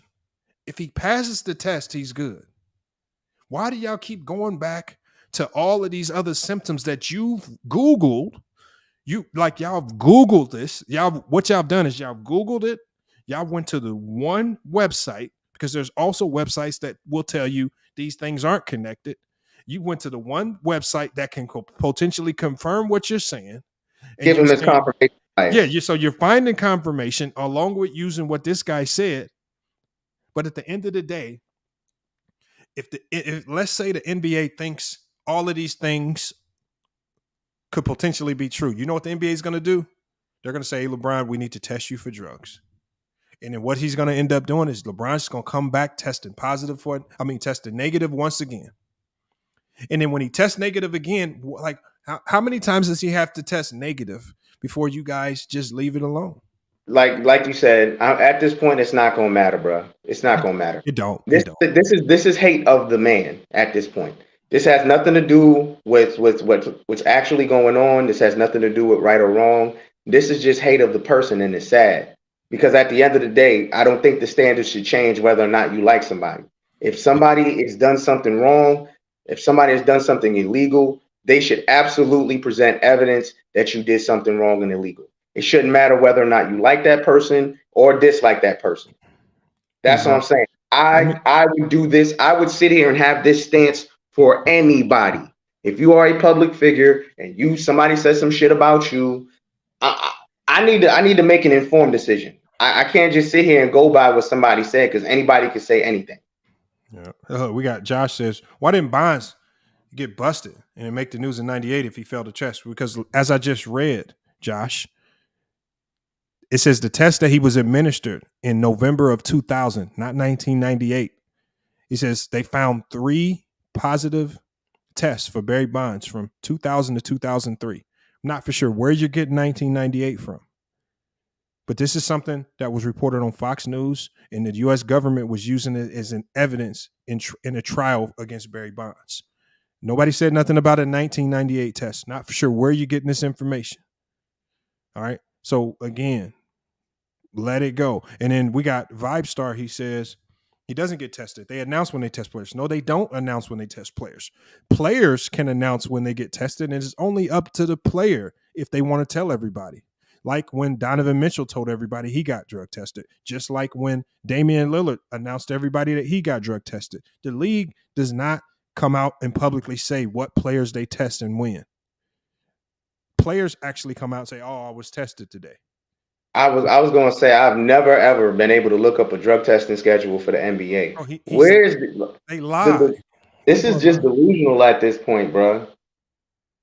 You say first of all, it was confirmed last year that LeBron James got tested 9 times.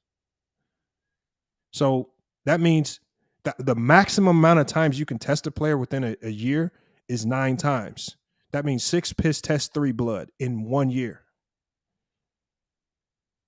The minimum that you can test a player is 4 times. So every NBA player gets tested at a minimum of 4 times, maximum 9 times throughout a year. Vibe Star says vets get tested once. That's a lie, Vibe Star. That's a lie. That's a lie. I literally just read it. I got it right in front of me right here. Hold on. I still got it pulled up. Right here. I got to see the whole CBA is right here in front of me. In their joint anti-drug program, the NBA and the NBA Players Association state that program subjects, and then it has parentheses. So who are the program subjects? All NBA players, right? All NBA players are subject to no more than 9 random unannounced drug tests during each season and off season, up to 6 urine tests and 3 blood tests. It says each player mandatorily will take 4 random drug tests, 1 blood, 3 urine tests. And then it states right here, this is what a doctor further stated. He says it would be close to impossible for LeBron or any player in the NBA to pass a test if they were using EPO. He specifically states that EPO will stay in your system for up to 2 years. So unless you guys are saying that LeBron has some type of new science that's so advanced with his money that he's about 10 years ahead of all advanced drug testing, then I'll give it to you if that's your allegation. But then you would have to go forth and prove that. But outside of that, y'all just lying now. You can't let the truth get in the way of a good narrative. Salute, Dex, man. It's facts, Dex. It's called due process. He says, so why are they testing them the maximum amount of times? I don't know. It's all random, George Henderson. Sometimes I don't believe they're random, because why would you test Damian Lillard after he scores 71? Why would you test Donovan Mitchell after he scores? Why would you test Corey Brewer after his 50-point game? I don't think the drug testing is all random. But for LeBron James to be tested the maximum amount of times, especially last year, it wouldn't surprise me. I bet the NBA was wondering, okay, well, if this man's going to be playing at this level, we probably want to stay on top of his testing to make sure he's all on the up and up. I mean, he averaged 30. He averaged 30. And he kind of damn near is averaging 30 this year. He said the haters just wanted to be true. Y'all, I bet y'all licking y'all fingers just hoping the NBA is gonna come announce one day. Listen, if it's true, let me make something perfectly clear. Any evidence comes out that LeBron James cheated the game, I'll be right over here or anywhere else sitting here saying he ain't shit. He cheated the game. And I have no problem doing that. Because you cheated the game. I don't like people that cheat the game, bro. Pick and Pop just said, this is a waste of energy. He said the man is clean. Facts, Pick and Pop. This is just a waste of time. Right? This is just a waste of time because what we're dealing with is a whole bunch of YouTube doctors who've Googled up symptoms of PD use, right? And then they put together their own conclusion of what LeBron James is, even though their favorite players have the same symptoms. Kobe's had a multitude of surgeries. In the country and out of the country, bald and all this stuff. Same with Jordan. I mean, you're talking about a guy that smoked cigars and drank his whole time in the league, but still found a way to stay in great shape, all this, that, and other, benching before and after games. Crazy endurance, playing 38, 45 minutes a game. Come on, y'all. You can't let the truth get in the way of a good narrative. There's, like you said, you're reading the CBA's drug policy. X-Man said, he says, two people in the comments to make the claim, y'all acting like the whole world. No, X-Man, it's not two people. This live wasn't based on two people. This live stream was based on me going to YouTube, and every time I go to YouTube, I see people that casuals look at as credible, and I see people pushing the things that Chael Sonnen's saying as fact. And remember, I'm not here to fight LeBron's case. I'm here to question Chael Sonnen's credibility. Like I said, his credibility, like anybody else could say this and it would have more credibility. He said it. And he has a track record of lying on LeBron, making up allegations against LeBron, talking down on LeBron, threatening to fight LeBron. He has a record of the UFC telling him to stop with your one-sided beef against LeBron. He's the least credible person. I don't care who said it. If you say something about somebody, prove it. I don't care who said it. That's literally my only point. I don't care if this dude said it or somebody else said it. Provide the evidence. If you're not providing the evidence, you clout chasing. Black Genius. He said, let's keep it real. White folks been accusing LeBron of cheating for years. Trump made it worse. I expect it from them, but not from y'all. Look, but my thing is, where's y'all energy against Tiger Woods? He said Tiger Woods was on it too. Where's y'all energy as far as tearing Tiger Woods down, making sure he's not the GOAT? With Tiger Woods, he accused Tiger Woods. Where's Tiger Woods' failed drug test? Again, this goes back to evidence for me. Whoever he accused in that video, I don't care if it was Tiger Woods, I don't care if it was Serena Williams, I don't care who he said. And unless you can provide evidence that they did this, bruh, he's clout chasing. And y'all are helping him clout chase.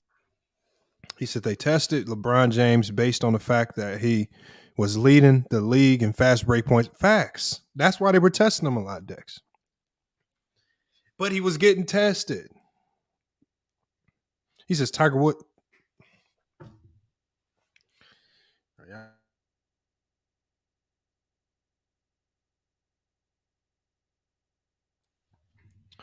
I just don't like the standard change. The standard shouldn't change for anybody. It should always be the same for everybody. Okay, John. Anybody that got accused of something, you wouldn't want nobody coming. You wouldn't want the world coming down on you if you got accused of something with no evidence, bro. That's facts. Josh says, Josh, why are we talking about Barry Bonds, man?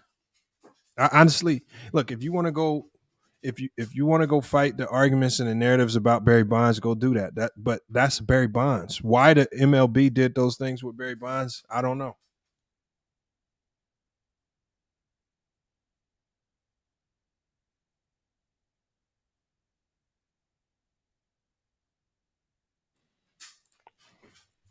He says, y'all on here lying to each other because it feels better. But Vibestar, I want you to come on here and tell us the truth. That's all I'm asking. Yeah. Just look.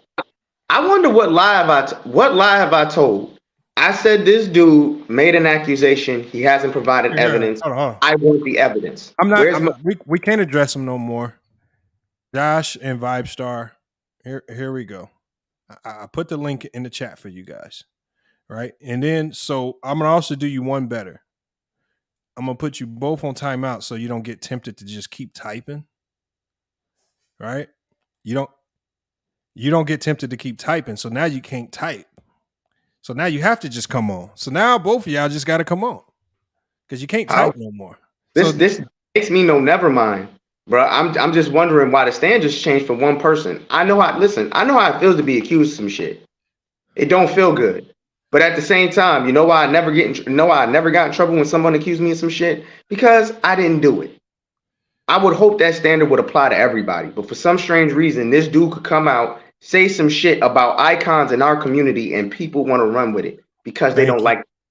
Thank you, Black Genius. He done got beat down by John Jones. Now he want to accuse all the greats using steroids. Oh, the only way this is what he said. He said, man, he says, as soon as I grapple with John Jones, he says, I knew he was on steroids. He said, ain't no way nobody this strong. That's basically saying, as soon as you grapple with him, you knew you was about to get your ass beat.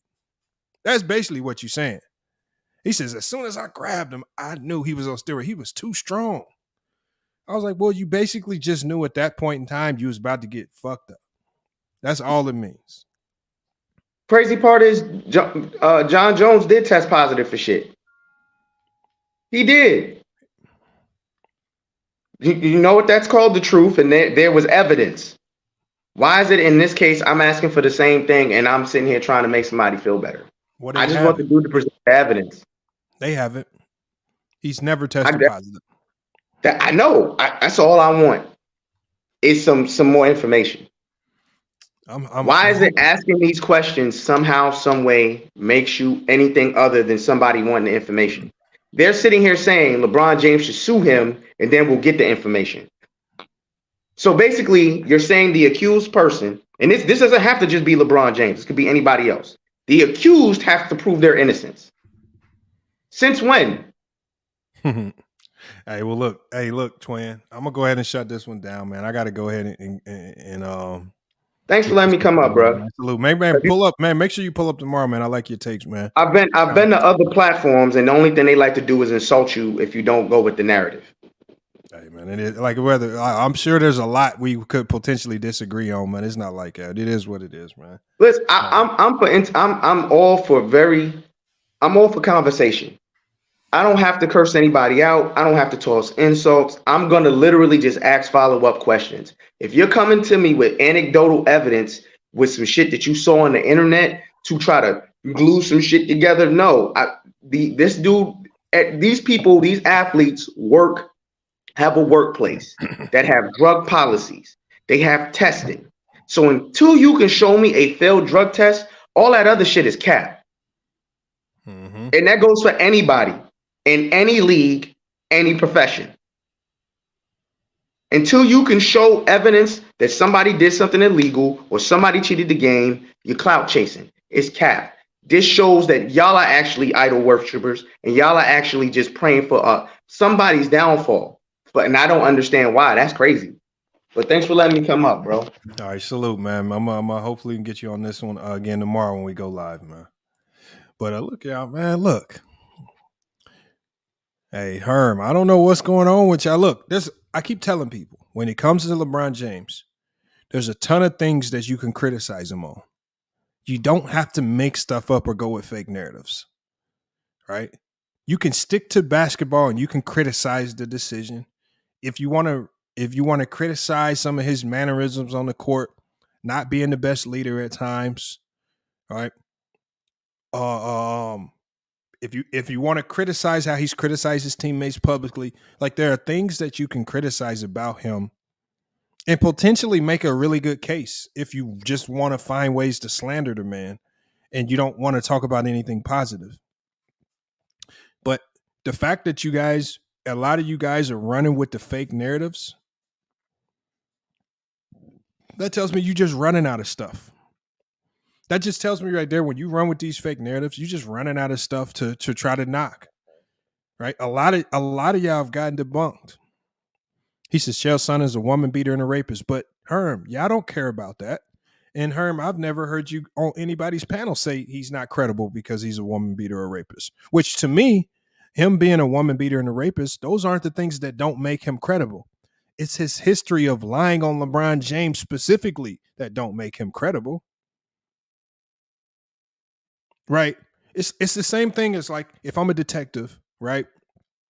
And I have a guy that's working for me as a snitch. Okay.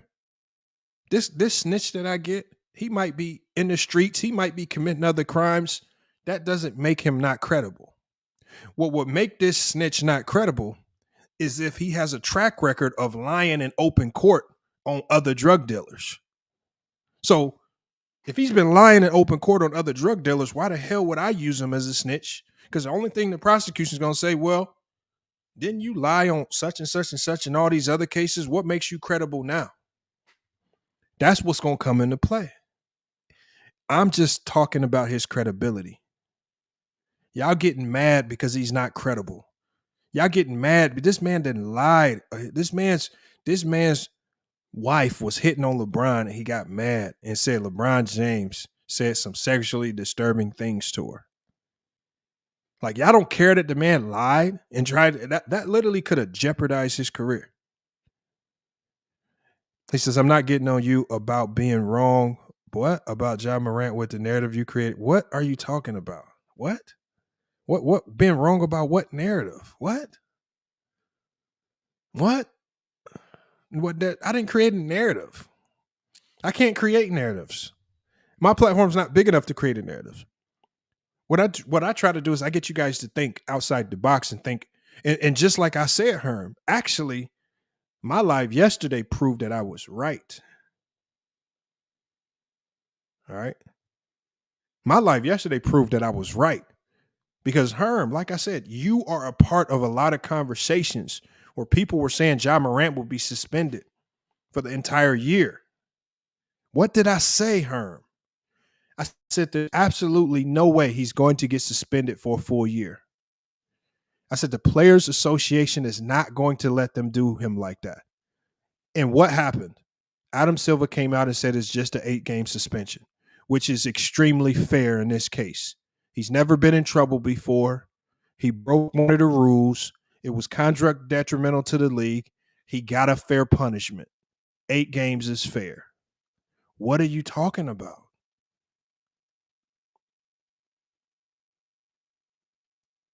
Y'all be getting mad like because I be challenging the norm. Just because I don't run, I wasn't willing to run with the narrative that Ja Morant was just this fake gangbanger.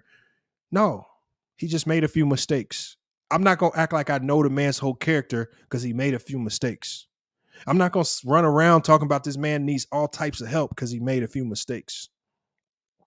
He don't. You don't get to where Ja Morant is at because he's all the things that people were trying to say that he was. So I was willing to give him the benefit of the doubt. That's all it was. He's talking about how to grit. No, what I'm saying was, I said that was a narrative. I said that was a narrative. Did I say it was factual? I said it's definitely something you want to talk about. I said if Ja Morant doesn't play another game this year, I said, is it because the Grizzlies don't want to ante up on that $39 million, which would have been the case if he makes All NBA first team. Now, obviously, he's not making All NBA first team because his name has been muddied and no voter is going to vote for him. But like I said, I'm not about to walk around, especially me of all people. I'm not about to walk around acting like I'm all high and mighty and perfect and free of making mistakes. And then run around talking about Ja Morant needs help, needs to be suspended 50 games. He ain't coming back. He acting like, no. Y'all running around acting like y'all all high and mighty. Like y'all above reproach.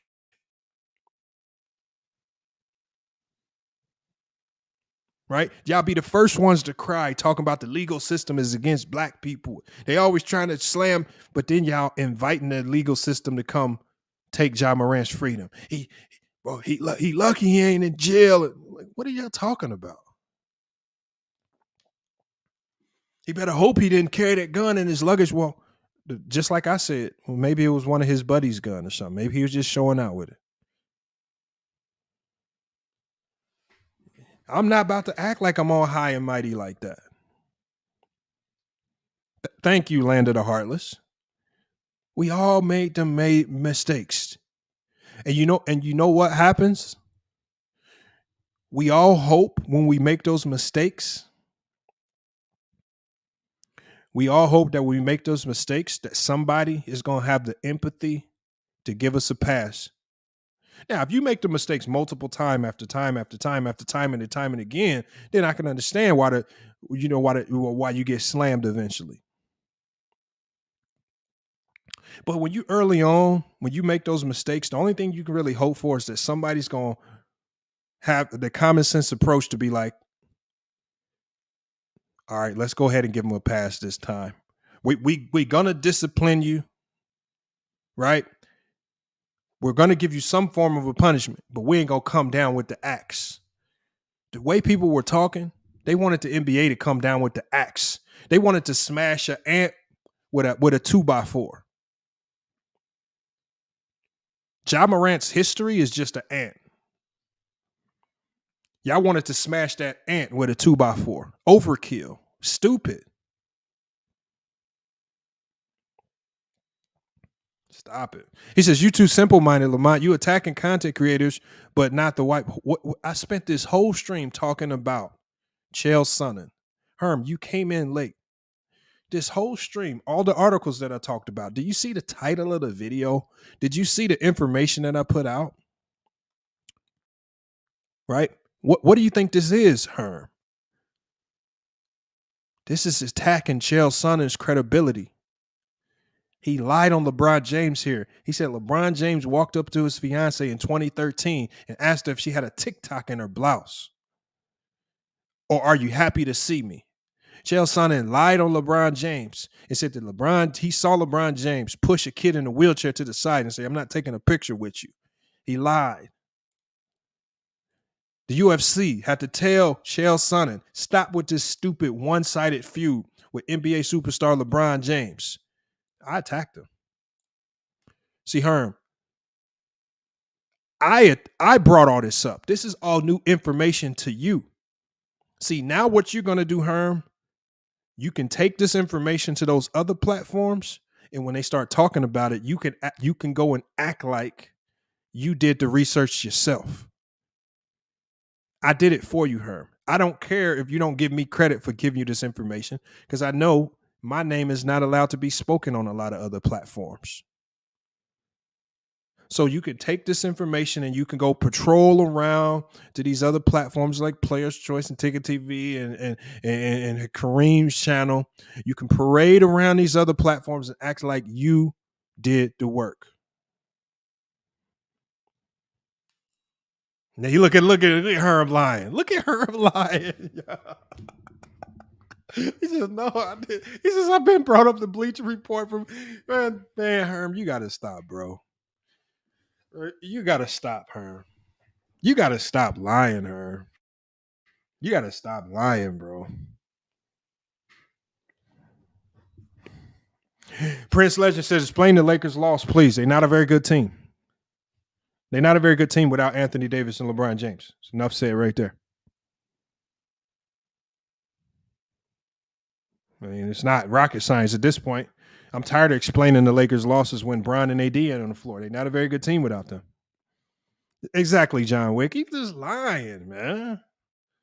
Like I said, Herm, it's okay. I already know what you're going to do, Herm. I know you're going to take the information that I'm giving you, and then you're going to go parade around elsewhere as if you did the research. I'm fine with that. I'm fine with that, Herm.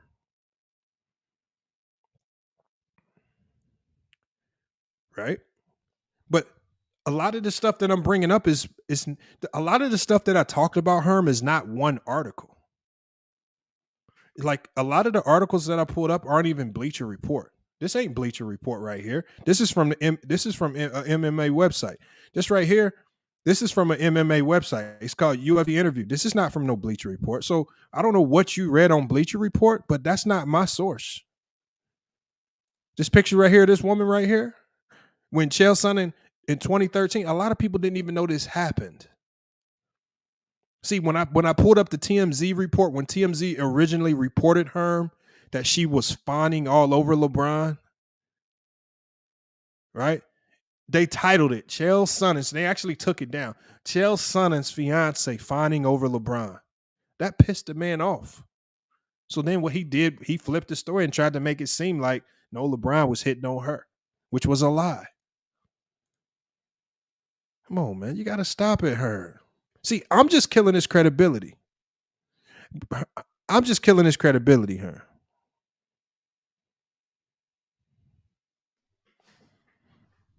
Like I said, anybody else could have said it but him. He's not very credible when it comes to talking about LeBron James.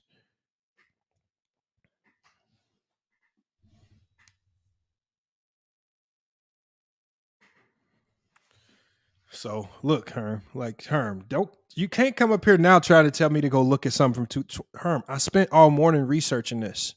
I don't even really like Bleacher Report. I don't consider Bleacher Report accurate or credible. So why would I go run the Bleacher Report for information? I consider Bleacher Report to be aggregate media. They're not very credible. That's the last source I'm going to use and speak on publicly. They're not credible. So you're not going to see me parading around Bleacher Report articles as a part of facts that I use because they are not credible. Now, they might have tagged along to this story and reported somewhat on it. I'm not going to use that as facts. He says, you smart. I know, but it sounds good to say, her. It sounds good to say. But the one thing I know for certain is I am smart. And see, Herm, a lot of people like you and a lot of people that debate me, y'all don't like me because of that. See, y'all don't like me because I can outthink you. That's why. Y'all don't like me because I actually use my brain. I understand this. I've accepted this for a long time. I don't overthink. I just think. When I hear something stupid, I say that's stupid. When I hear something that don't make sense, I say it don't make sense. When I see people over exaggerating what the league should do to Ja Morant, I call it is what it is. Right? I don't understand how people like Ticket, who literally slam Stephen A. Smith and Jason Whitlock for tearing down black athletes. I don't understand how in the same breath you guys can proceed to tear down black athletes.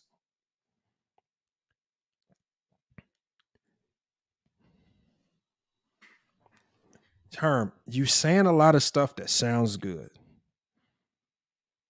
I don't know what you mean by presentation or all this stuff. But what I do is I just think, and I just outthink you guys.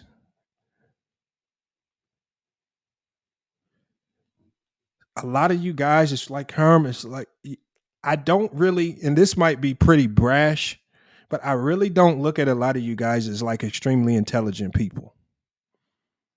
Right? There's only a handful of people like Chill, Young Africa, Sturdy, Bang. There's only a handful of people that I feel can intellectually match me. But it ain't too many of y'all that I really think are too bright.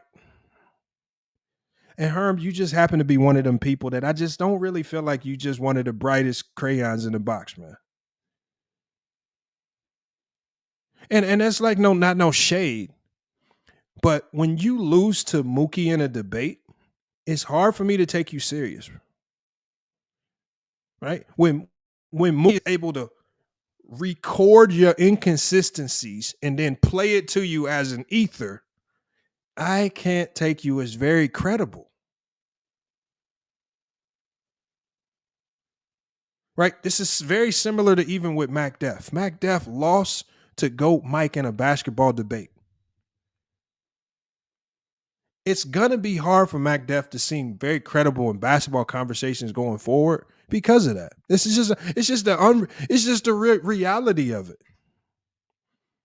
If asked Dejon Marcus, he lost to Mookie. Mookie didn't even have to debate him. Mookie just recorded him being inconsistent and then played it. Herm, I heard you saying this over here. Herm, I heard you saying this over here. Herm says, no, I didn't. Herm, I recorded you. And then he hit play. Ether.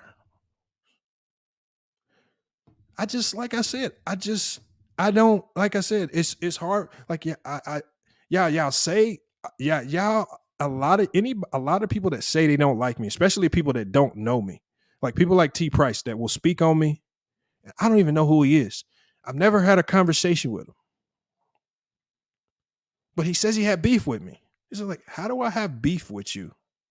I don't even know what his basketball talking points are. I'm just telling the truth. I'm not even trying to be funny, y'all. Right? A lot of you, like it's like when I was trying to debate Ticket. Like I was trying to debate Ticket. The crazy, like this is how I know y'all don't think a lot. Because when I was debating Ticket, we was having a Draymond Green conversation. I was in the middle of saying something that was actually praise towards Ticket TV. But because he can't think and he overreacted emotionally, he thought I was taking a personal shot at him. And then you had some of his minions in the chat. Oh, that's personal. No, I was actually really giving him a legitimate compliment. But you not thinking and you quick to run your mouth like I get on you all the time, Herm, about running your mouth and not actually listening, that you think everything that I say is about to be taking a shot at you when it was actually a compliment. Because when you do research on Ticket, it's a ton of coaches that coached him, coaches that coached against him, that will talk about his game and compare his game to that of Draymond Green's. He got praised for that as a professional basketball player. That's a compliment. Just start thinking, huh? Because if you start thinking, then the first thing you're gonna do when you start thinking is you're gonna just zip your mouth up and you're not gonna start blurting stuff out. See, I'm really just giving you debate strategy and preparation. So when actually you go to player's choice, you can actually kind of sound intelligent over there. And you ain't lulling and your voice ain't dragging. And you actually enunciating all your words and whatnot. And then you don't get caught up in these weird random tips, man. Oh man, you can't talk to me like that. And bro, it's just the internet. All that stuff to me is unintelligent. Lamont, you got to watch the replay. A lot of those guys in the comments were on your side. All right, they probably were. It's hard for me to keep up with the comments. Sometimes I do notice that a lot, Johnny Ali. I'll be in the comment. I'll rewatch the video. I'll see the comments. I'm like, man, I misinterpreted that comment. But Johnny, that's why I tell people just come on the panel. You come on the panel, it's much easier for you to get your point across, and then there ain't no confusion. Herm says 80% of the time I troll. I don't get serious till money's on. Oh my God. All right, so you gonna debate Young Africa for money, Herm? So Herm, you're gonna debate Young Africa for money. Right? So I want to see you get serious. I'll let you choose Young Africa or Sturdy. Choose who gonna light you up in the debate. I want to see you get serious one time. Since you can really think, all right, let's put you up against some of the best. Young Africa or Sturdy, which one you want? I compel you not to go with Sturdy. I don't know if you really have a better chance against Young Africa because you talk about presentation. That Young Africa come with the presentation. So let's set it up there. And you know what? I put the money up. And during the stream, I tell everybody to add to the pool by donating to the Cash App, and we can make the pool of money even bigger. So let's put money on the line, Herm. I will start it with $100 of my own money. We'll let the chat add to it as you debate. We'll try to get the pot up to $500 for you. So then we can make it interesting. We could put the money. I want to see you get serious. He says, I'm aware of what I do daily in Young Africa. Bro, you can't threaten your way out of this. I just said you can choose between one of the two, Sturdy or Africa, and we'll put the money up. You said you don't get serious until we see the money. I'm putting my own money up. Look at Herm. Hey, I could see Herm get to talking about all this other stuff, man. He says, I could have schooled you on Pippen. Okay, you coulda, you woulda. Okay, do you want Sturdy or do you want Young Africa? And we have set the debate up for tomorrow for the money.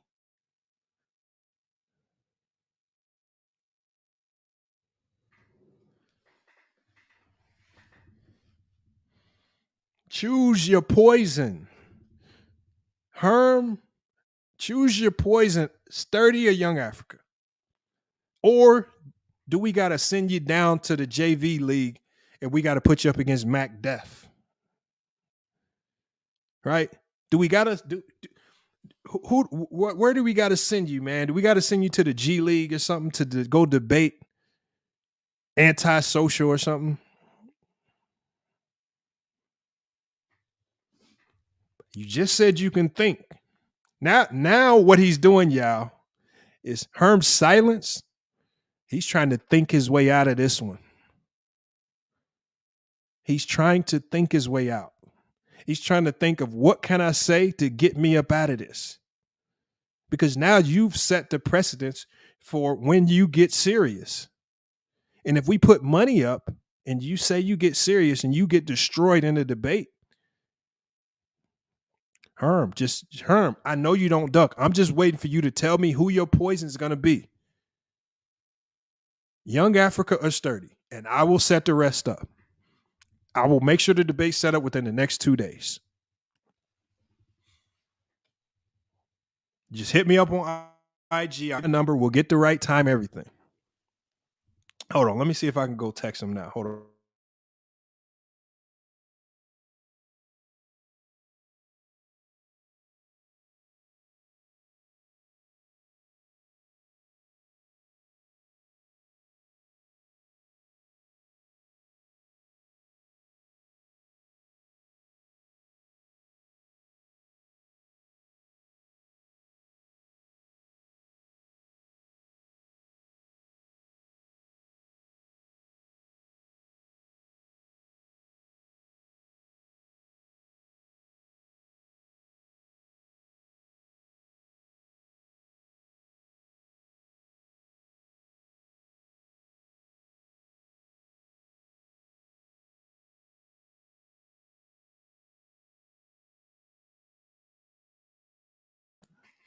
No, Herm, I don't got your number, man. Why you put that in there? Stop trying to think, Herm. If I have your number, I don't have it anymore. Text me on IG. I don't have your number, Herm.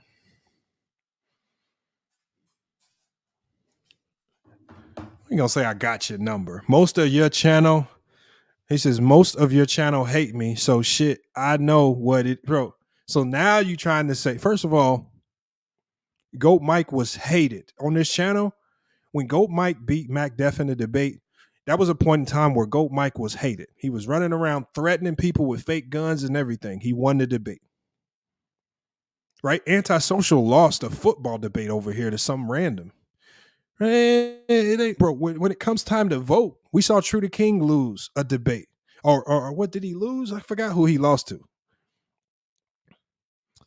But now you're trying to act like the chat ain't credible when they voting, when they've really shown no bias in the votes.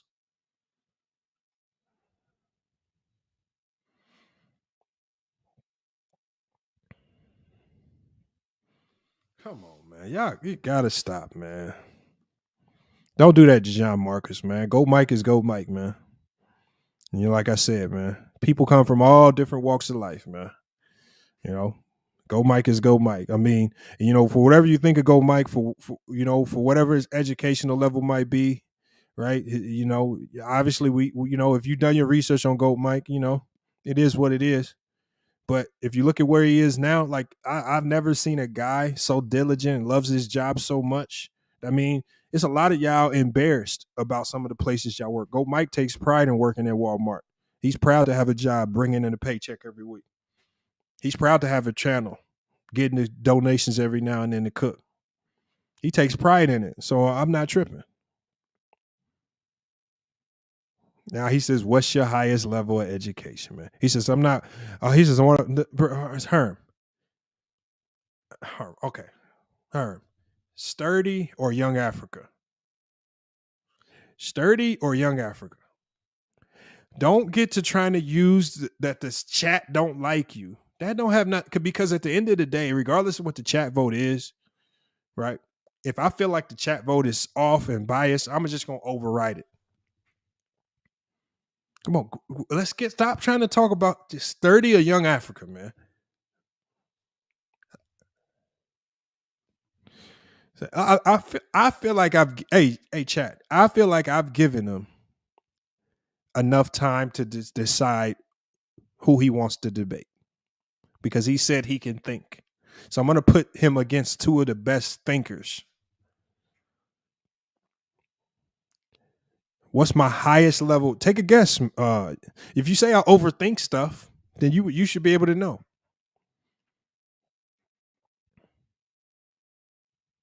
I know Double E. I know. Look, y'all, we're going to get up out of here. Look, I'm going to drop the cash at one time, man. Look, support if you need to.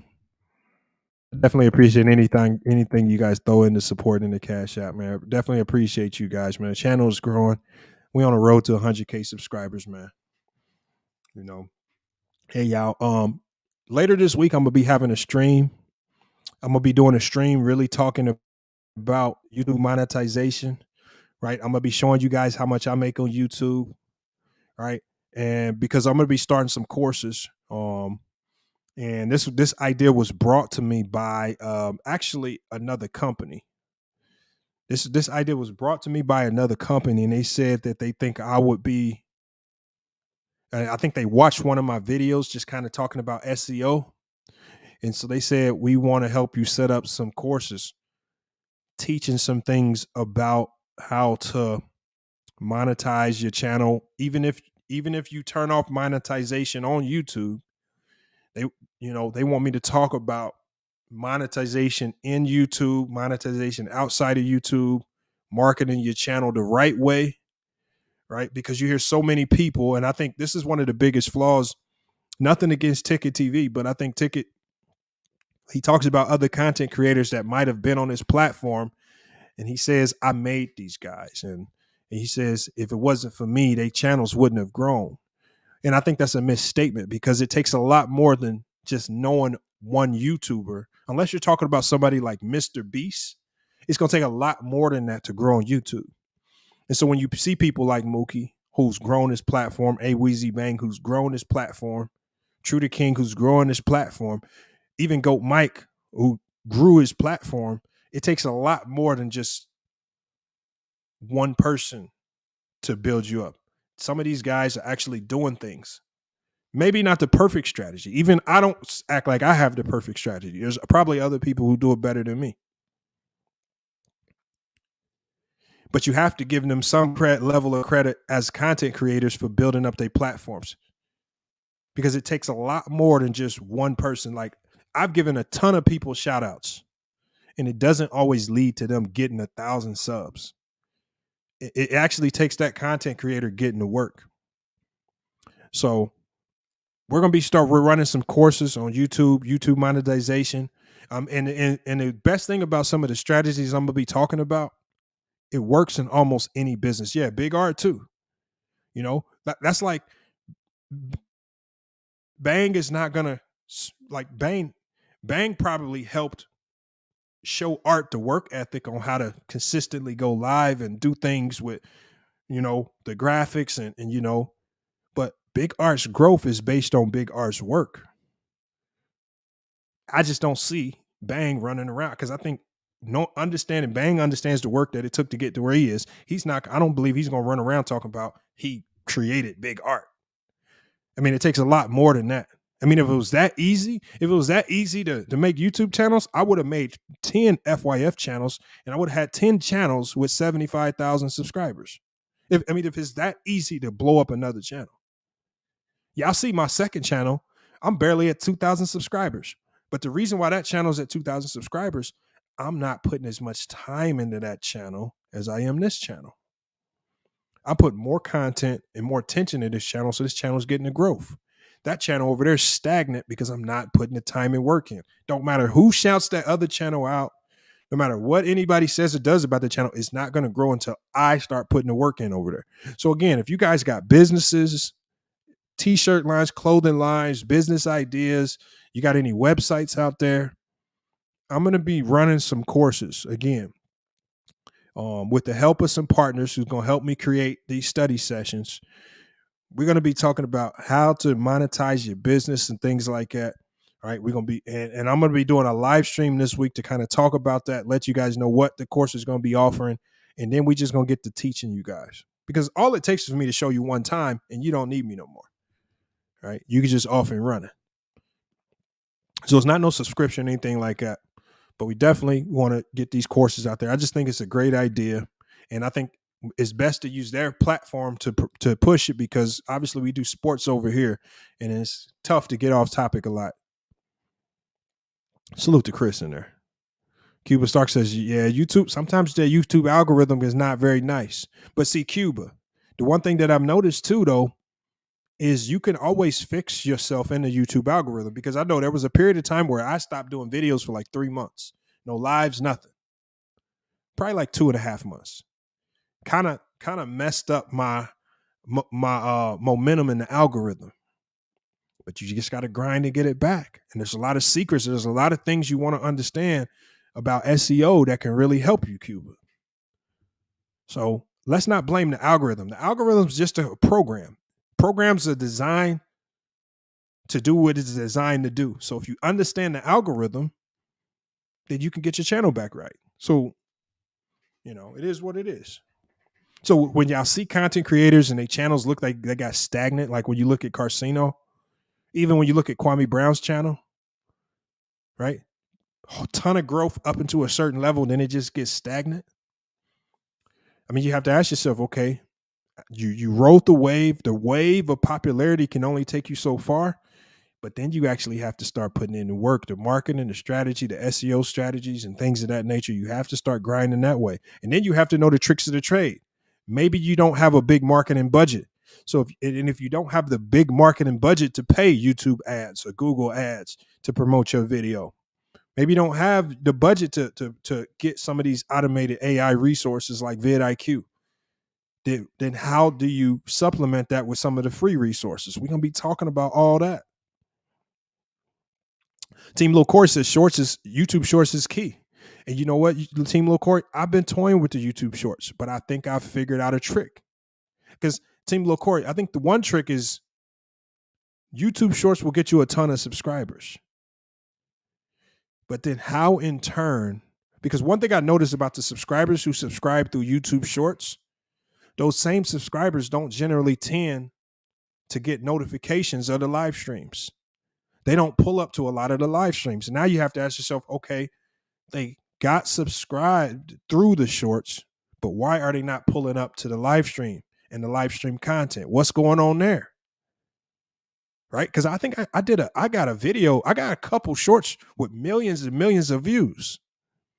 I got some shorts where if you look at the analytics and say, okay, this short got you 900 subscribers. Where are those subscribers at? How come they ain't showing up to the lives?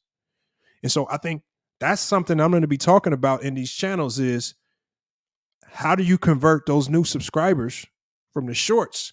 How are you getting them over to your channel? And the one thing you have to know, Team Lil Corey, is that not all of them, not everybody, they're going to be interested in sports content. A lot of times you got some people who might subscribe just because they love the video that much. They might not have no real interest in the channel. And so then now you have to play percentages. How can I get 10% of the people? So if you get 900 subscribers off one shot, so sure, how can I get 90 of those people to come into my lives? That makes a big difference. So those are the things we're going to be talking about in that class. And look, if you don't feel like it's valuable, you don't have to pay for it. I understand that.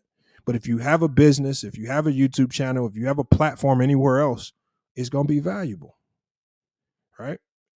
And I'll try my best to make it affordable. I talk to them about pricing and where we should price things out at. I think I've come up with a fair price for this course. Remember, it's not one thing, it's a course.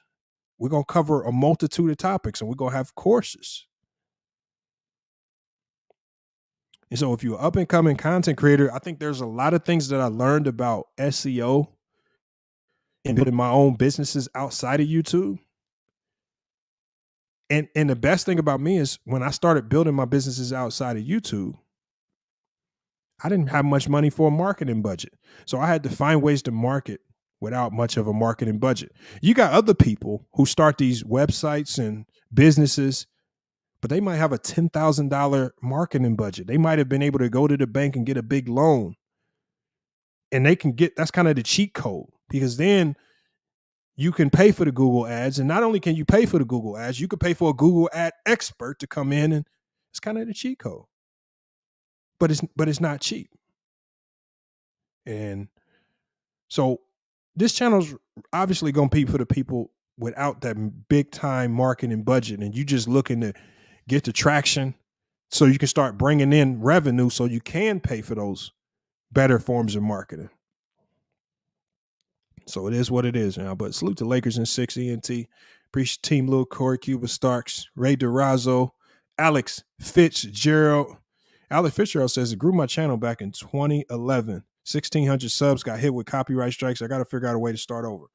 YouTube is strict. Yeah, YouTube is strict. And one thing y'all got to understand now is YouTube is not the end all be all.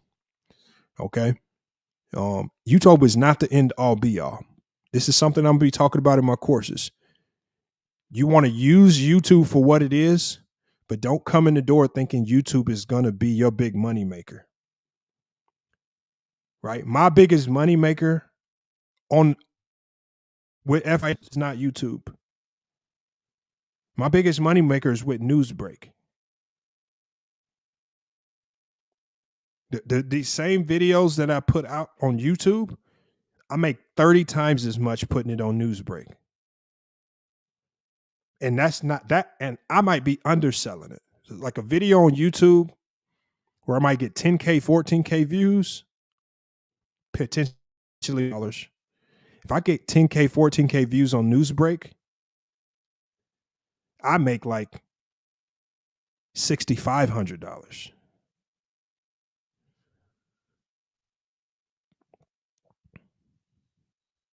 Now, Newsbreak is more selective with the content creators, right?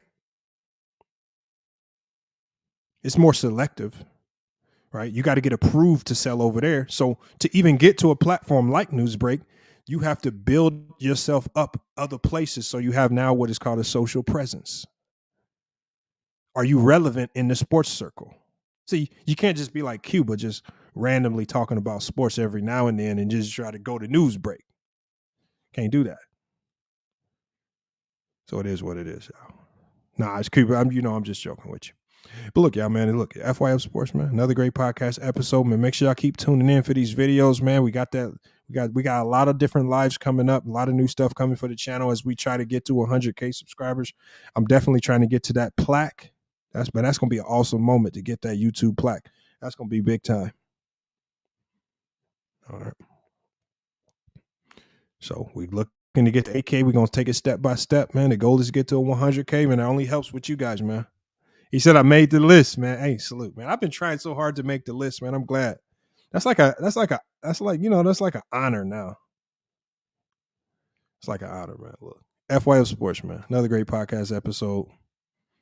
And we'll be back with more sports and news, man. Until then, it's FYF Sports, and we out.